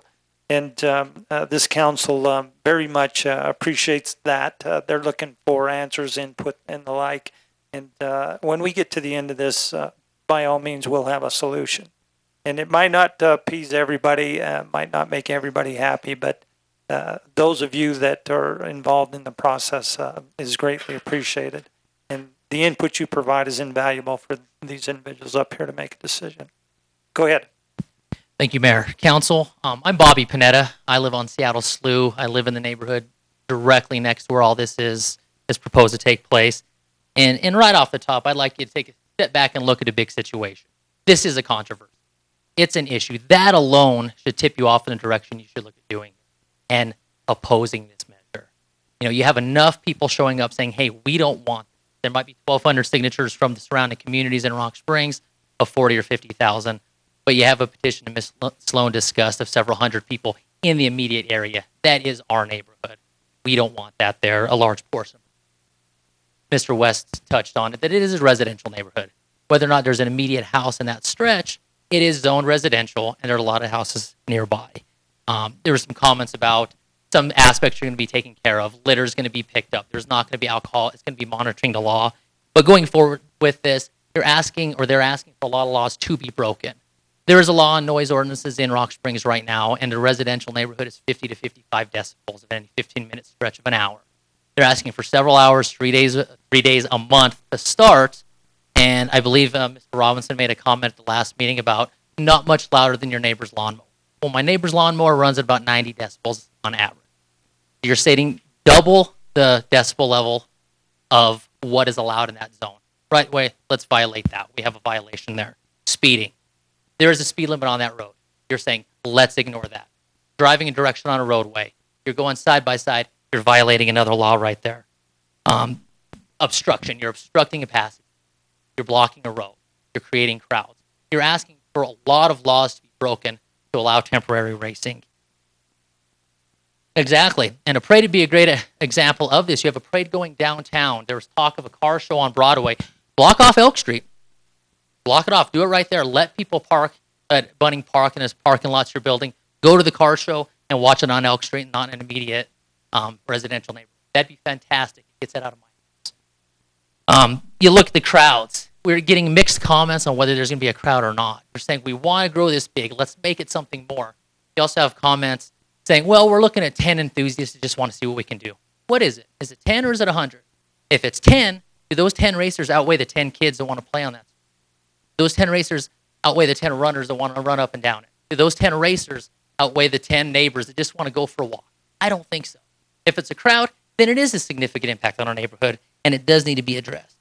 There's a comment about the voters. We may have 1,200 voters who are in favor of it, but look in the neighborhood itself. Mr. Zadi, you live in our neighborhood. Look at Ms. Sloan's petition. Look at the names on that petition online. No, I haven't There's seen a lot. the petition. And There's so a I don't lot know of how neighbors. many are there because I've talked to a lot of neighbors. There's some that oppose and some that don't mind. In that, our neighborhood in the Sweetwater Downs and what's the subdivision? Southwest of that. So I mean, it's mixed. It is, but narrow it down and look at the names there and the amount of people who live directly affected in the neighborhood. See whether moving forward. There were some examples of they're just enthusiasts. Let us get out there. There's a lot of enthusiasm. There's a lot of firearm enthusiasts around here. It could be safe to line up on that street and shoot towards the mountain, but no one's here going to propose that, and I think you'd have an outrage if that happened. We don't want to bring firearms down there with the noise and the dangers and the hostilities in the crowd that could happen with that. And not in city limits. And a great example, there's a gun range out of town, down off by the Flaming Let's Forest. don't start yelling back and forth, okay? If you're going to speak to the mic, Bobby, it's your time. Thank you, Mayor. You look at what goes on in residential neighborhoods. Home businesses aren't allowed depending on the amount of traffic. And you've had daycare petitions come forward in residential neighborhoods. If a daycare is being denied, but street racing is going to be brought forward as a possibility, I think you need to step back again and look at that. What's meeting a bigger need? There was a comment or several comments about bringing racers off the streets. That's not what's being proposed here. You're putting racers on the street. This is a public street. This isn't an event. This isn't a track out of county, out a private track. You're bringing racers to it. And, opening the door, putting your foot in the door, that's fantastic. Try that. Do something separate. But once that door gets open, it's going to be so hard to close. Whether you do it 1 day or 3 days, it's going to be hard to shut down for those that it does impact. So keep that in mind as well. Once that door is open, how hard is it going to be to close? Thank you. Thank you, Mr. Panetta. Councilman, questions? Any others wishing to address the council on this issue? Please.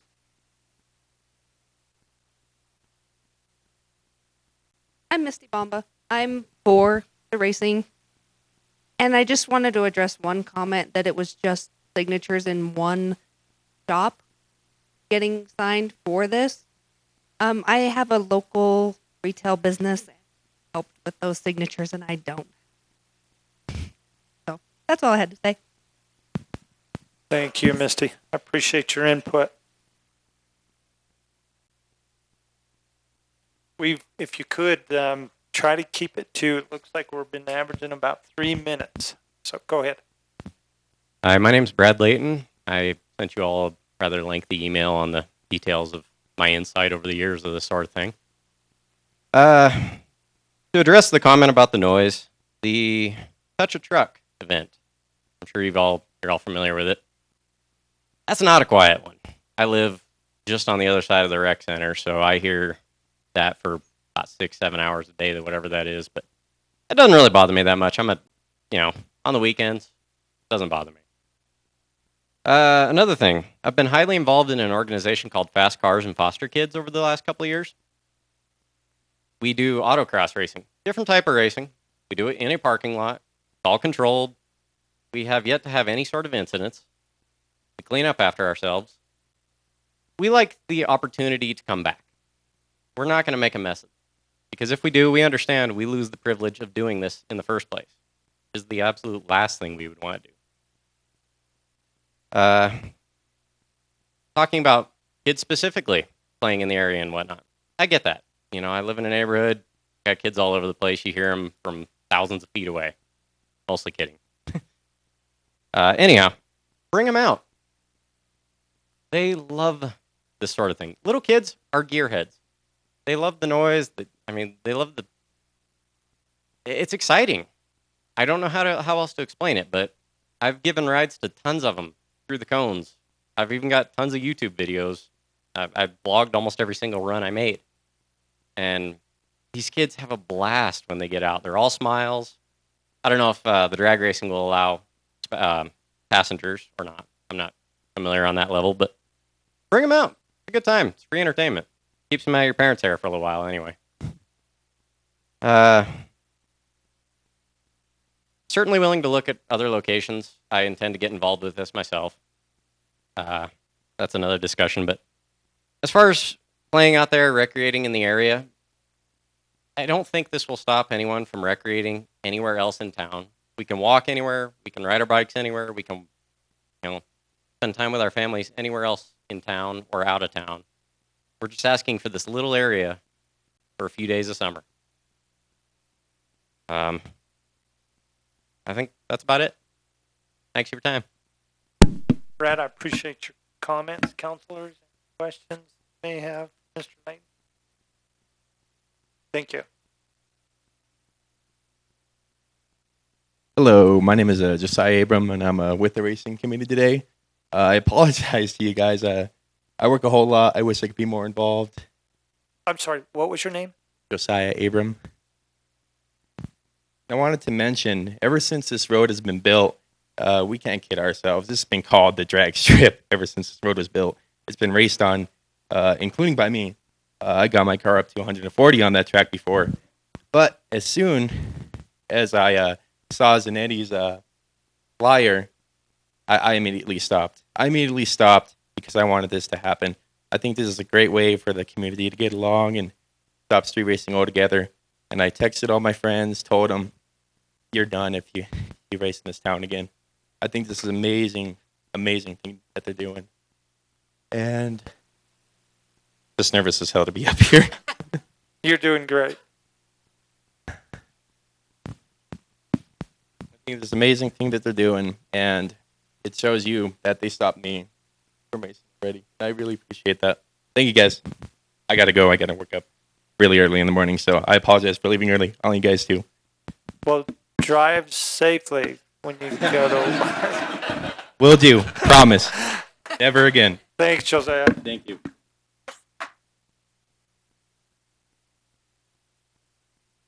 I'd actually like to say something. My name's Edward Levinson. I'm not for or against, but I just had a question that just occurred to me. Would it affect property values there? So that's all I wanted to say. Thank you.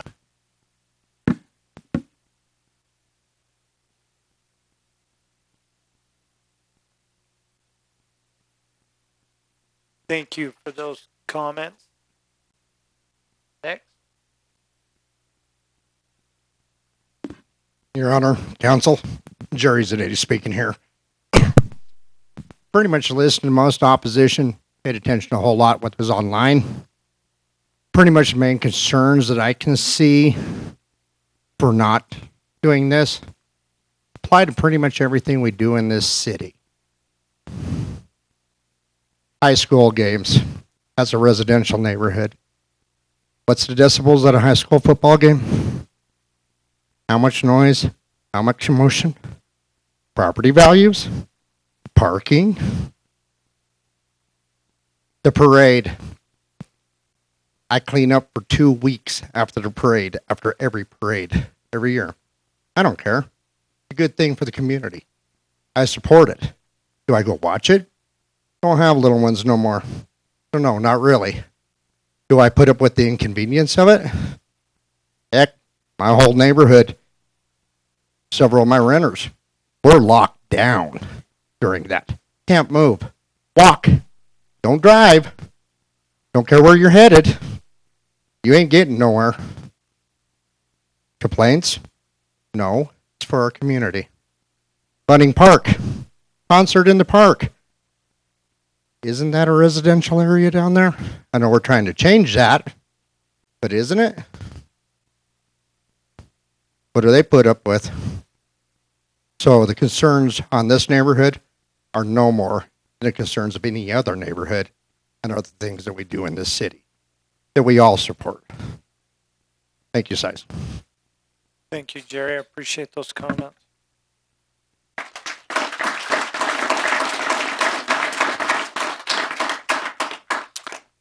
Any others at this time?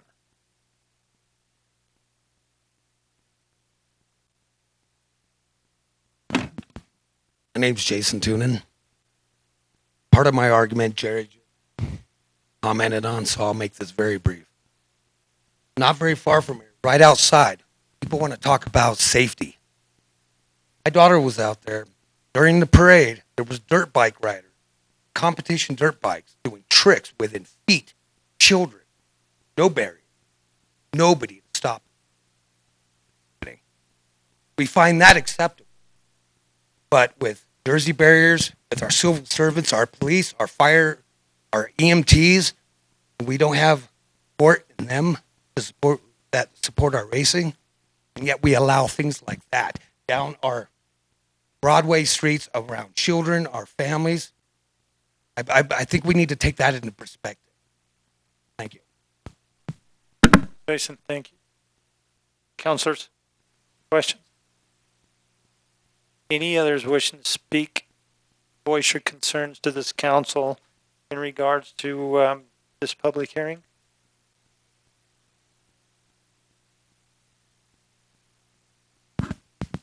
I am Tyler Mullen. I've been a resident in Rock Springs all my life and a fan of cars. I've been a motorsports enthusiast for as long as I can remember. This event means a lot. Nobody wants to race through a neighborhood. Nobody wants to hit a kid. Nobody wants to put anybody in danger. But it's a start.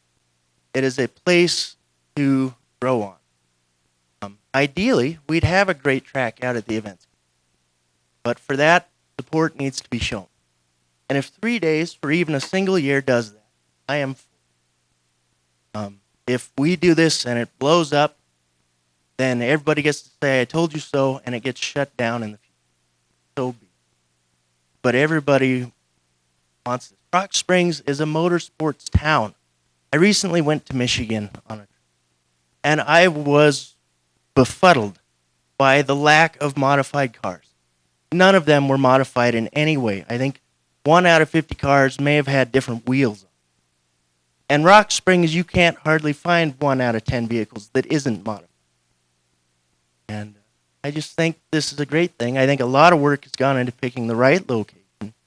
And I think the noise is akin to Foothill on rush hour. I don't think there's going to be a lot of difference on a Saturday afternoon.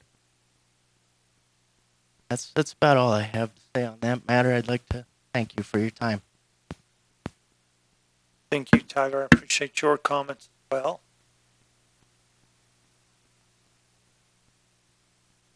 I'm sorry, by the way, were you here for another purpose or just to attend the meeting? Badge? Oh, how'd this go for you?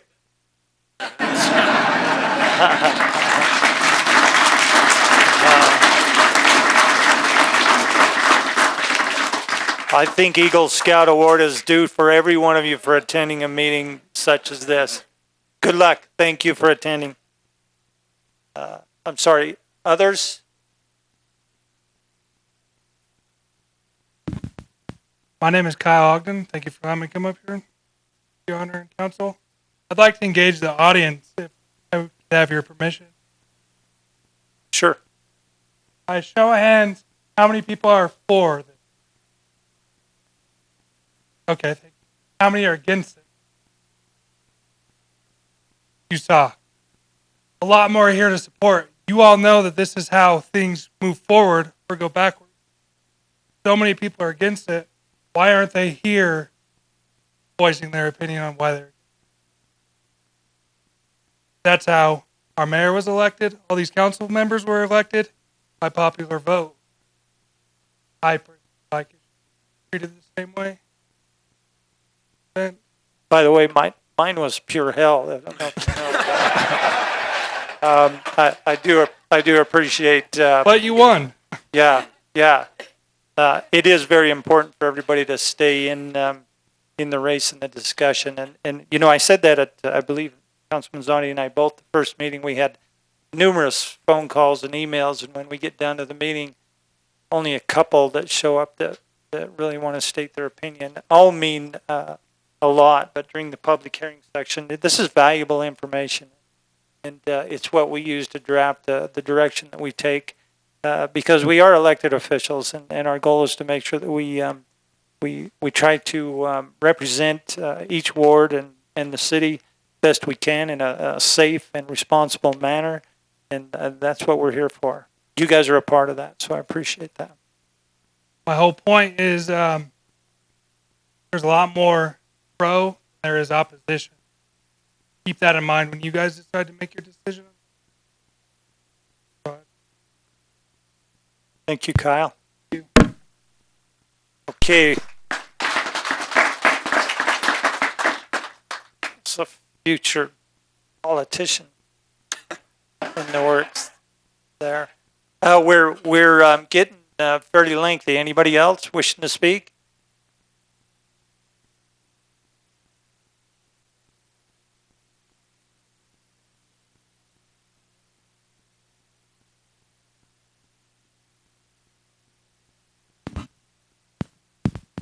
My name's Casey Werkel. I also am against it. I'm not against the racing. I'm all for that, but I've heard a lot of complaints. The last gentleman querying the audience, obviously their groups have well petitioned this. It's been on Facebook. Their group's well organized. The next council meeting, I'll go door to door in that entire neighborhood. I'll swamp this room. I mean, he says there's more for it. It took a year to get 1,200 signatures. I could probably get that in a week. If that's what it takes, that's what I'll do. Like I said, I think the city could benefit from this, but what benefit, I ask you guys, what benefit does this bring to the city right now if it's not a sanctioned event and there's no income to the city? What benefit is there? Other than, I agree with Tim, maybe it gets people from street racing. I live there. I hear it all the time. It happens. You heard a gentleman earlier going 140 mile an hour down there. Casey, you're in this subdivision, Jason? Correct. I live on War Admiral. The other issue I have that I don't think anyone's addressed is, what about the emissions? I work in a very heavily regulated environment. What has anyone considered what the emission sources? Race cars typically run rich, have very high uncombusted fuel. You say it's not a race car. I bet 90% of them don't have catalysts. I don't know what the rules are. I apologize, Tim. I don't know. I've never read how many street legal trucks out there right now have no catalyst in diesel trucks. I can go out this door and probably find one. That's not street legal. The DEQ says it is illegal to remove, and I can quote you the statute if you want. It's illegal to remove a catalyst in the state of Wyoming. How many of these cars are going to be checked for a catalyst, making sure they are legal? The prevailing wind from this racetrack will blow those emissions directly into our neighborhood, into young kids' lungs that are trying to play outside. You race for 6 or 7 hours, these cars are going full out. You are not achieving complete combustion. Can't be. So I ask, hey, DEQ has Chapter 2 ambient standards. Show me the dispersion modeling that proves that nitrogen oxides are below ambient levels, sulfur oxides, particulate matter. Prove to me as a resident that you're not going to increase the emissions, going to harm my kids. That's my concern. I'm all for racing. Make it a benefit to the county, to the city. I agree with Mayor Como. Put it out at the events complex, charge admission, make it an income, make it a sanctioned event. I'm all for that. I'll go watch. Not in my neighborhood. Good points. Thank you. Any questions? Council? Any others wishing to speak?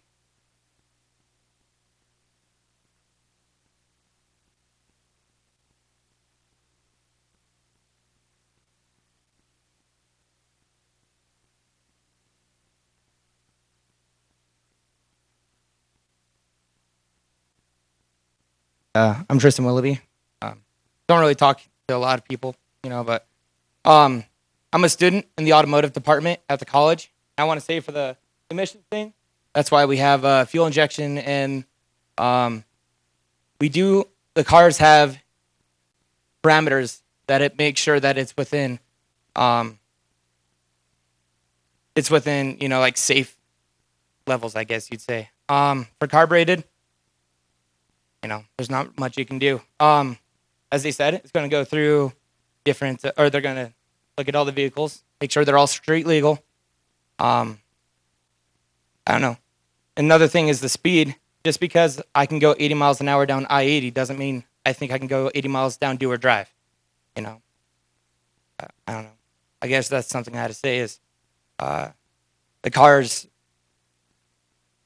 they have parameters to make sure it's not polluting too much. Thanks, Tristan. Comment. Any others? Going once? Going twice? I'm going to close this public hearing on the Rocket City Racing's Dragstrip, and this will be placed on new business as an item for action at the next city council meeting. That being said, we're going into the petitions section of our agenda, and I know several of you have been here for quite some time, and I'm not quite sure if Representative Stith is still here. Oh, there he is. Why don't you come up and go first, if you would, and we can get you out of here unless you want to stay, you're sure welcome. Representative?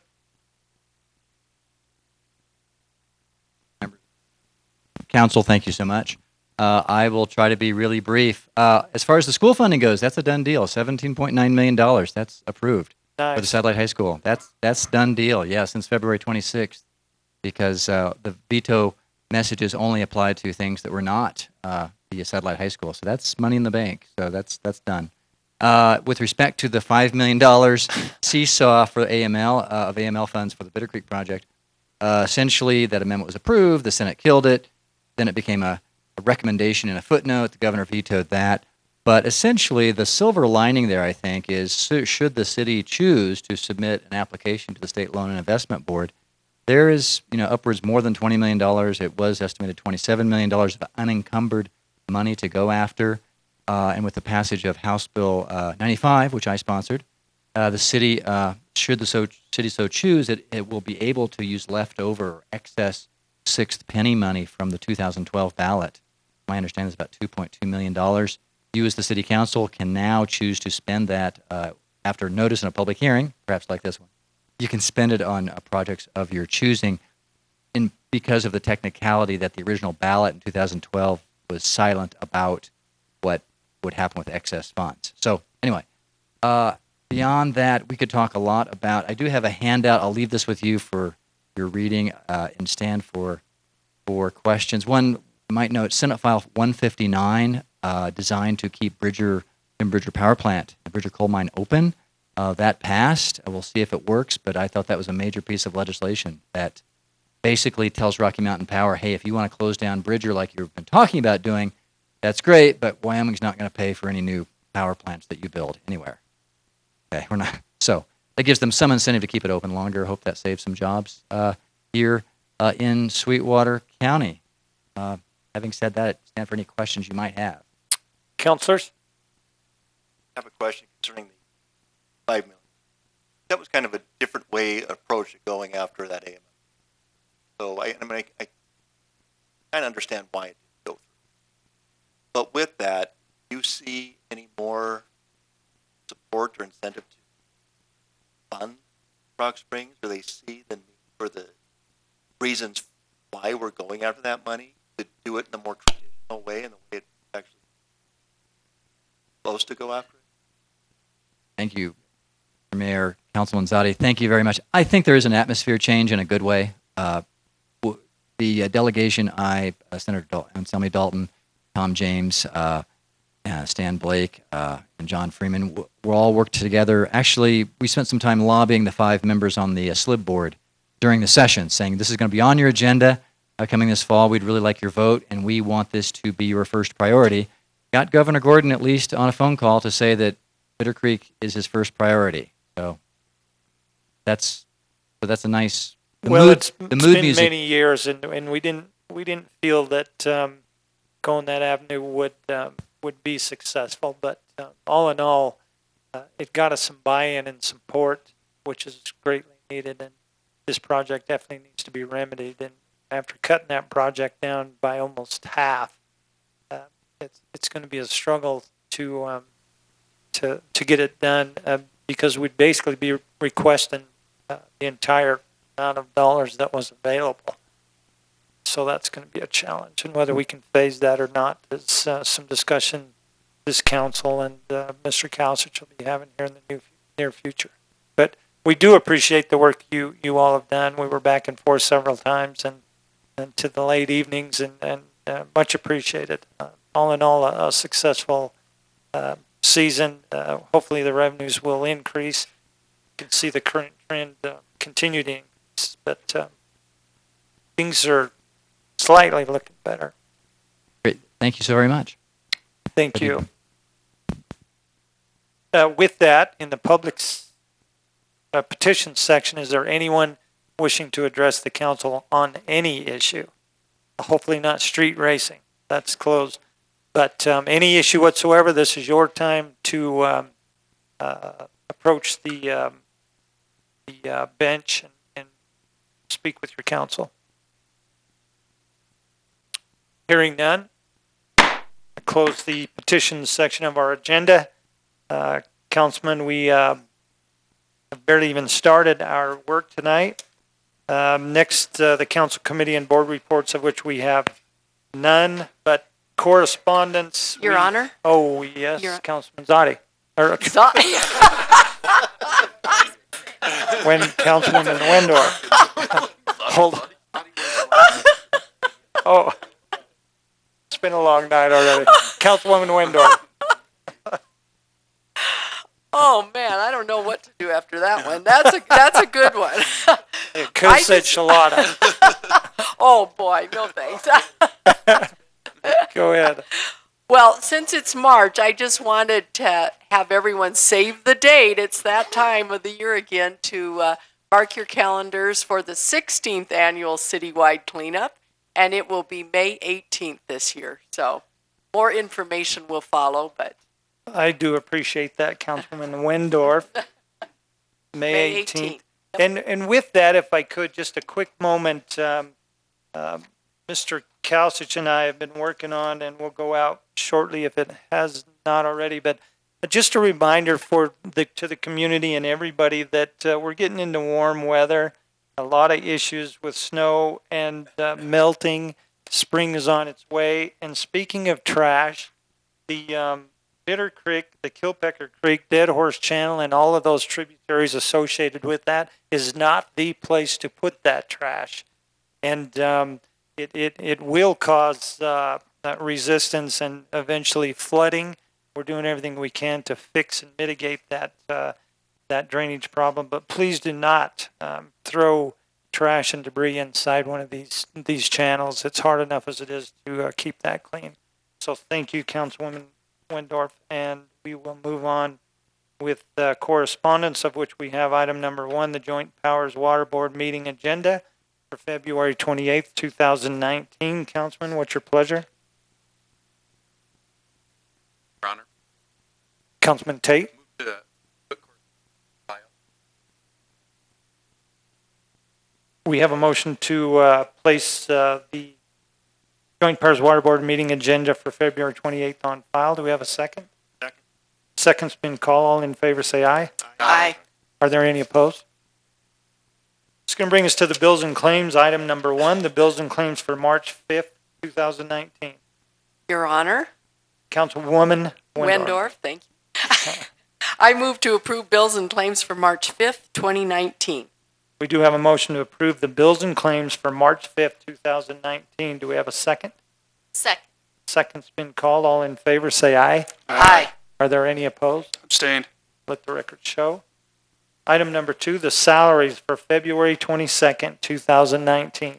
Your Honor, I move to approve the salaries for February 22nd, 2019. We do have a motion to approve the salaries for February 22nd, 2019. Do we have a second? Second. Second's been called. All in favor say aye. Aye. Are there any opposed? Let the record show no opposed. This is going to bring us to the new business section of our agenda. Item number 1, the request for the Department of Engineering and Operations and Public Services for permission to fill a vacant collection system worker 1 position at the Water Reclamation Facility. Councilman, what is your pleasure? Councilman Shalata?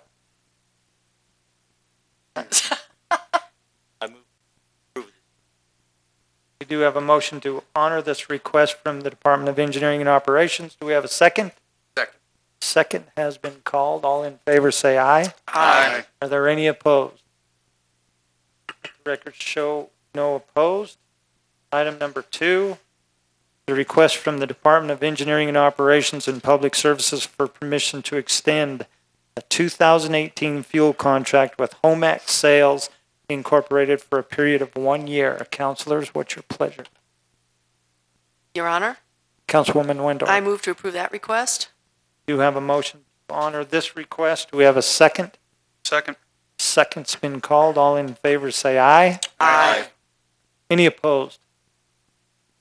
Let the record show no opposed. Item number 3, the request from the Police Department for permission to apply for the 2020 Highway Safety Grant. Councilors, what's your pleasure? Councilman Halter? We do have a motion to approve this request. Is there a second? Second. Second's been called. All in favor say aye. Aye. Are there any opposed? The record show no opposed. And item number 4, which was your revision to your agenda, request from the Fire Department for permission to apply for the Staffing for Adequate Fire and Emergency Response Grant, of which we have Battalion Chief Steve Paulson sitting in tonight. If there's any questions, Councilman, what's your pleasure?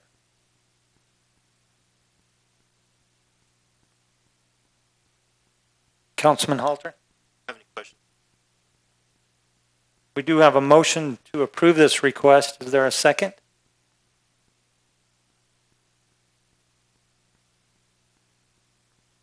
No second called. This one is going to die for the lack of a second.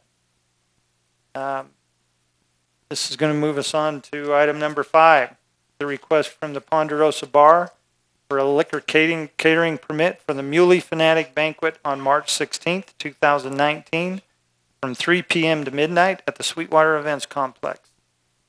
Councilman, what's your pleasure? Your Honor. Councilman Tate? Move to approve that request. Do have a motion to approve this request. Do we have a second? Second. Second's been called. All in favor say aye. Aye. Are there any opposed? Let the record show no opposed. It's going to bring us to number 6, the request from Black Rock Incorporated for a liquor catering permit for the Jackson Aguda wedding on April 20th, 2019 from 3 p.m. to 11 p.m. at Bunning Hall. Councilors, what's your pleasure? Your Honor. Councilman West? Approve this request. We have a motion to approve this request. Is there a second? Second? Second's been called. All in favor say aye. Aye. Are there any opposed? Let the record show no opposed. And item number 7, request from Black Rock Incorporated for 5 liquor catering permits for the Jenkins Music Pool Tournament on April 10th through the 14th, 2019 from 7 a.m. to midnight at the Sweetwater Events Complex. Councilors, what's your pleasure? Your Honor, Councilwoman Wendorf? I move to approve that request. We do have a motion to honor this request. Is there a second? Second. Second has been called. All in favor say aye. Aye. Are there any opposed? Record show no opposed. Item number 8, request from Santa Fe Trail for a liquor catering permit for a fundraiser on March 30th, 2019 from 5 p.m. to midnight at the Sweetwater Events Complex. Councilors, what's your pleasure? Your Honor. Councilman Tate. Move to approve that request. We do have a motion to honor this request. Is there a second? Second. Second's been called. All in favor, say aye. Aye. Are there any opposed? The record show no opposed. Item number 9, the request from the Young at Heart Foundation for a malt beverage permit for the Casino Fever event on April 6, 2019 from 4:30 p.m. to 10:30 p.m. at the Young at Heart Senior Center. Councilors, what's your pleasure? Your Honor, Councilman Savage? I move to approve the request for Casino Fever. Do you have a motion to honor this request? Do we have a second? Second. Second's been called. All in favor, say aye. Aye. Are there any opposed? Let the record show no opposed. It's going to bring us on to the resolution section of our agenda. Item number 1, which was tabled on January 15th, 2019. Councilors, I would entertain a motion to remove this resolution from the table. So move, Your Honor. You have a motion to remove 2019-03 from the table. Is there a second? Second. Second has been called. All in favor say aye. Aye. Are there any opposed? Let the record show no opposed. And with that, resolution 2019-03. A resolution accepting and approving a legal services agreement from Oaks Law Firm and authorizing Timothy A. Como as mayor and Matthew L. McBurnett as city clerk to execute said agreement on behalf of the city of Rock Springs. Councilman, what is your pleasure? Your Honor, Councilman Savage. I move to remove Resolution 2019-03. It's on the table. We got to quit having these late meetings, I understand, Mr. President. With that, would that be a motion to approve? Yes. Motion to approve. We do have a motion to approve Resolution 2019-03. Is there a second? Second. Second has been called. Roll call on the resolution. Councilor Windorf, Yes. Halter, Yes. West, No. Savage, Yes. Salada, No. Dottie, No. Demus, Yes. Tate, Yes. Mayor Como. No. Now, where did we end up?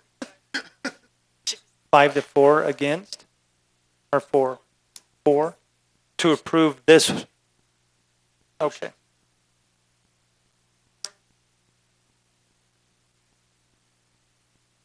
Correct, everybody?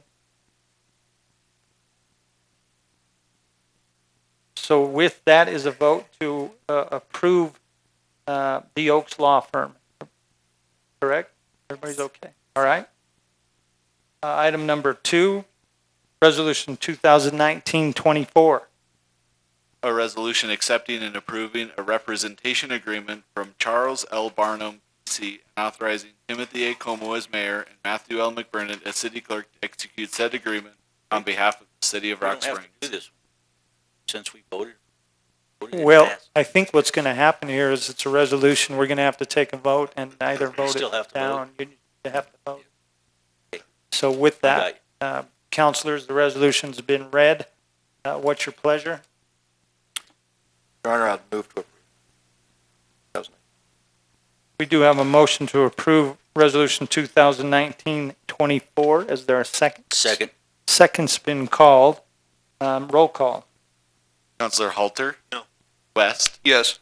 Savage? No. Shalata? Yes. Dottie? Yes. Demus? No. Tate? No. Windorf? No. Mayor Como? Yes. We end up with the same amount of votes. Okay. With that, item number 3, Resolution 2019-25.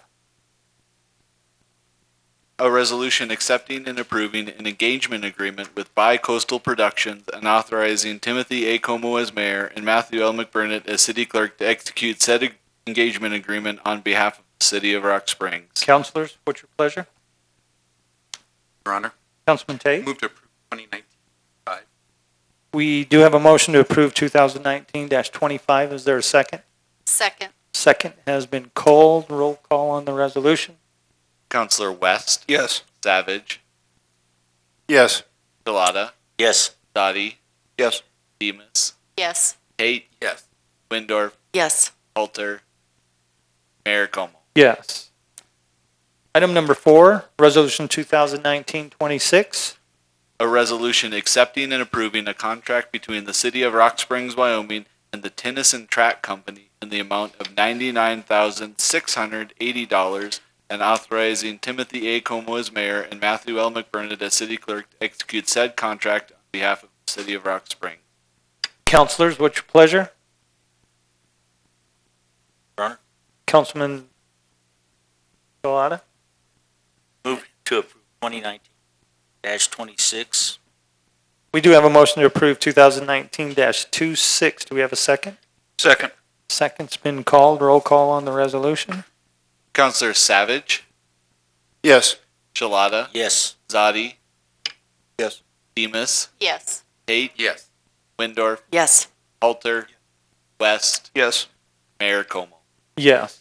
Your Honor, Councilman Zadi? if I could, I would like to thank Mr. Lansing, staff, for reviewing the requested change that I submitted after everything had been bid. I believe there had been some kind of conversation with the pickleballers and what the design is and maybe what we can do with the lockbox. That it sounds like there's an agreement there, and I understand we can't accommodate the revised design. Your Honor, correct. Suggestion. I think, and storage mats up at the, that should help. One of the other things I think, kind of, we're two basketball, rough shape, have $90,000+ invest there, reinvest. Lost one basketball play, so about turning that other sideways. Just did aggressive measuring, multi-use basketball. Pickleballers are getting. So we think it's a compromise. Concept. It's a good opportunity to see what the demand is for the pickleball and that down the road. If that grows, it's always an option to add rather than investing money. 150, they get the original 6 that they want. accomplishes, go from there. I just appreciate you guys just looking good and working.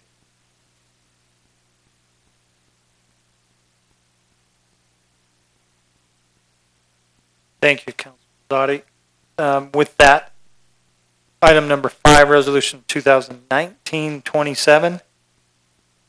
A resolution accepting and approving a professional service agreement with F.H. Black and Company Incorporated with the City of Rock Springs, and authorizing Timothy A. Como as mayor of the City of Rock Springs to execute said contracts on behalf of said city. Councilors, what's your pleasure? Councilman Halter? We do have a motion to approve 2019-27. Do we have a second? Second. Second's been called. Roll call. Councilor Shalata? Yes. Zadi? Yes. Demus? Yes. Tate? Yes. Windorf? Yes. Halter? West? Yes. Savage? Yes. Mayor Como. Yes. Item number 6, resolution 2019-28. A resolution accepting and approving a First Amendment to the client agreement between Elwood Staffing Services and the City of Rock Springs, Wyoming, and authorizing Timothy A. Como as mayor of the City of Rock Springs, Wyoming, and Matthew L. McBurnett as city clerk of the City of Rock Springs to execute said amendment on behalf of the city. Councilors, what's your pleasure? Your Honor, Councilman West? move to approve resolution 2019-28. We do have a motion to approve 2019-28. Do we have a second? Second. Second's been called. Roll call. Councilor Zadi? Yes. Demus? Yes. Tate? Yes. Windorf? Yes. Halter? West? Yes. Savage? Yes. Shalata? Yes. Mayor Como. Yes. Councilors, this is going to bring us to our ordinance section of our agenda. Item number 1, 2019-03 on third reading. An ordinance amending Article 1-4, Section 1-402 of the Ordinances of the City of Rock Springs, Wyoming, titled Appointive Officers, and repealing Article 1, Section 1-521 of the Ordinances of the City of Rock Springs, titled Director of Human Resources Duties. Councilman, third reading. What's your pleasure? Your Honor, Councilman West? move to approve ordinance 2019-03. We do have a motion to approve ordinance 2019-03. Do we have a second? Second. Second has been called. Roll call on third. Councilor Demus? Yes. Tate? Windorf? Halter? No. West? Yes. Savage? Yes. Shalata? Yes. Dottie? Yes. Mayor Como. Yes. Item number 2, ordinance 2019-04, third reading. An ordinance amending Article 1-6, Section 1604C of the Ordinances of the City of Rock Springs, entitled Adopting the Personnel Policies and Procedures Relating to City of Rock Springs Employees and Adopting Revised Personnel Policies. Councilman, third reading. What's your pleasure? Your Honor, Councilman Savage? I move to amend ordinance 2019-04. I got a handout here, buddy, but first of all, I propose that we remove all the proposed language that's in red, including change in the title of section 605.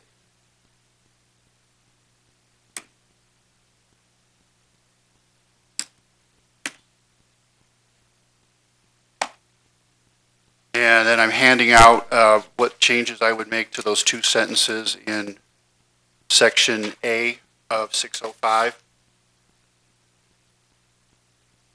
An employee required to assume duties normally performed by an employer and an employee in a higher classification for any period in excess of 30 consecutive working days, but no longer than 90, may receive an increase in pay upon approval of the governing body. And the second sentence, an employee required to assume all duties normally performed by another employee in the same classification, while still being required to perform all duties of their current position for any period in excess of 30 working days, but not more than 90, may receive an increase in pay upon approval of the governing body.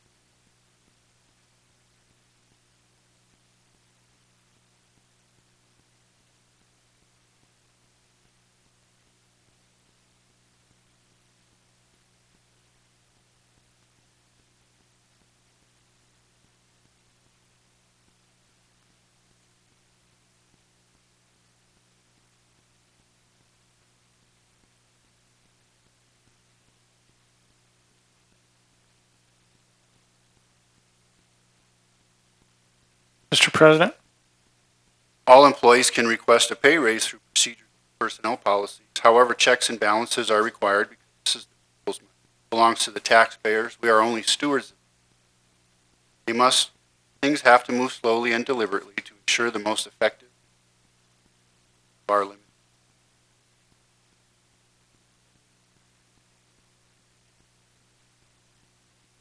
Honor? Councilman Zadi. The intent would be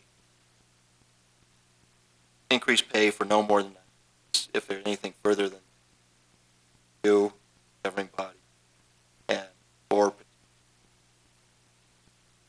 right or No, so after 90 working days, my intent in this is that a new position description, new pay grade, a new pay band, and then the documentation to support that would need to come forward. This is like an interim, so that someone who there's been a change in policy, we consolidated a position, so that there's a period of time where that person can be compensated if the council decides that, and it could be on a resolution or a new business.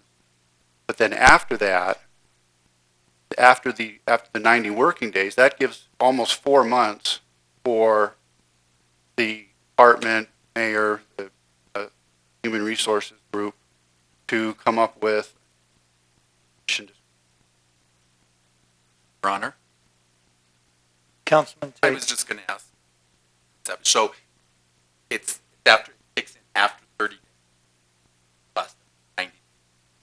Thought it was 90. Else up that new job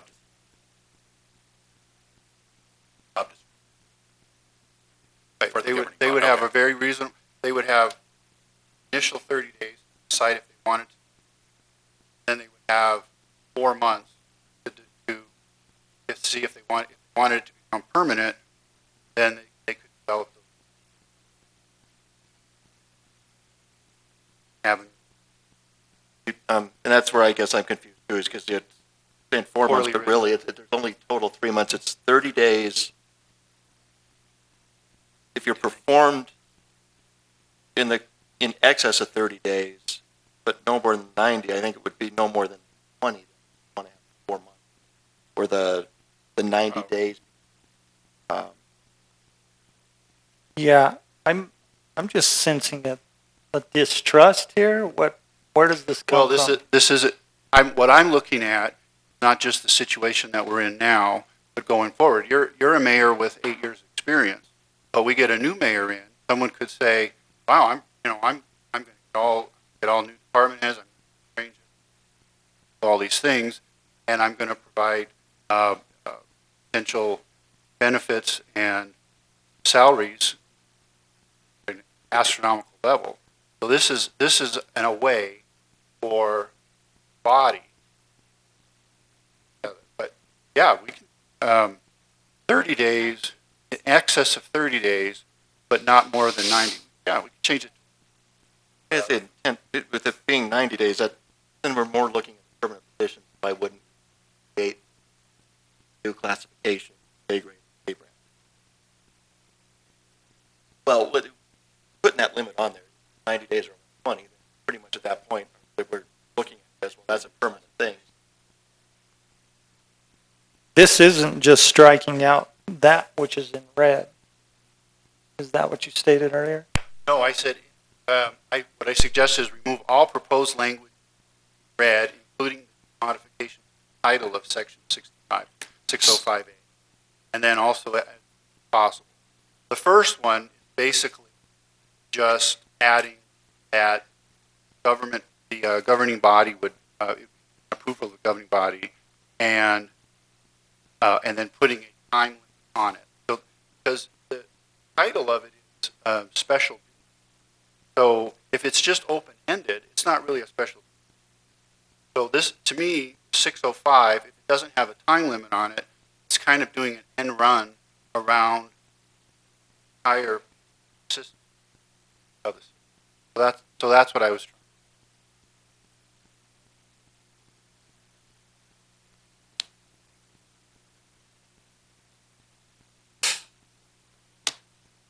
Yeah, I kind of saw it as 30 days as starting as the zero, but then 90 days after that. But however, whatever makes.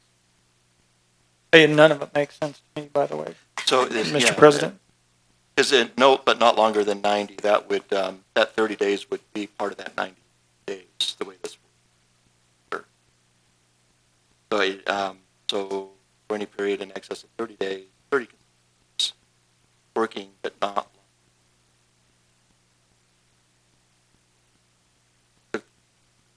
Keep it as 90. Well- That's Well, let's taking in that 30 days plus only 2 more. Councilman Zadi, Mr. President, first off, the original intent, the amendment was to strike that which we had amended in red, correct? Correct? Previously?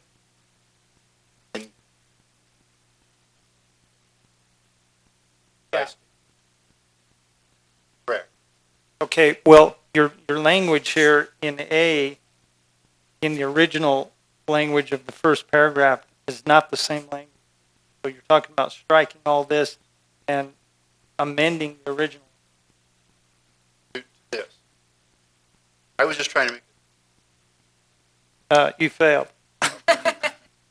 I don't like it, councilors, but I just sense this distrust again, but I wish we'd get over this, but obviously we have not. Your Honor, Councilman West. not to interrupt you, I just wish we had more time to review this rather than just kind of being thrown at us. I'm also equally as to what I'm even looking at, so. Yeah, And Your Honor, I just gave my copy to our attorney. Councilwoman Wendorf? Yeah, I just gave a copy to our attorney, Rick Beckwith. If he could maybe review and give us his thoughts. Right this very moment. Because I'd like more than that Okay. amount of time to review the language. So maybe and this render an needs to opinion. be tabled at this time, even though it's on a third reading.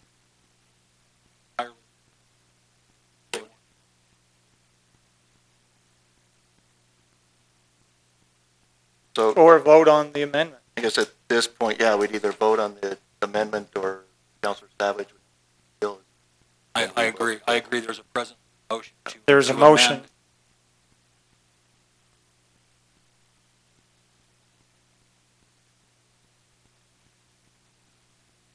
And then also you're adding language upon the approval of the governing body in the original language that didn't exist. So, I guess the way you could look at it, I'm removing everything that's in 605A, those first two sentences, and replacing it with what I handed out.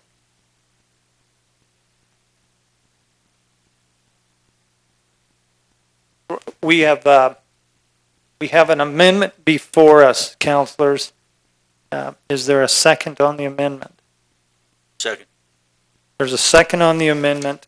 How about a roll call on the amended language from Councilor Savage?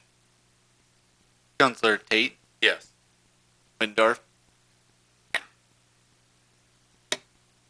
Yes, you from our attorney. Halter? Yes. West? No. Savage? Yes. Shalata? Yes. Dottie? Yeah, yes.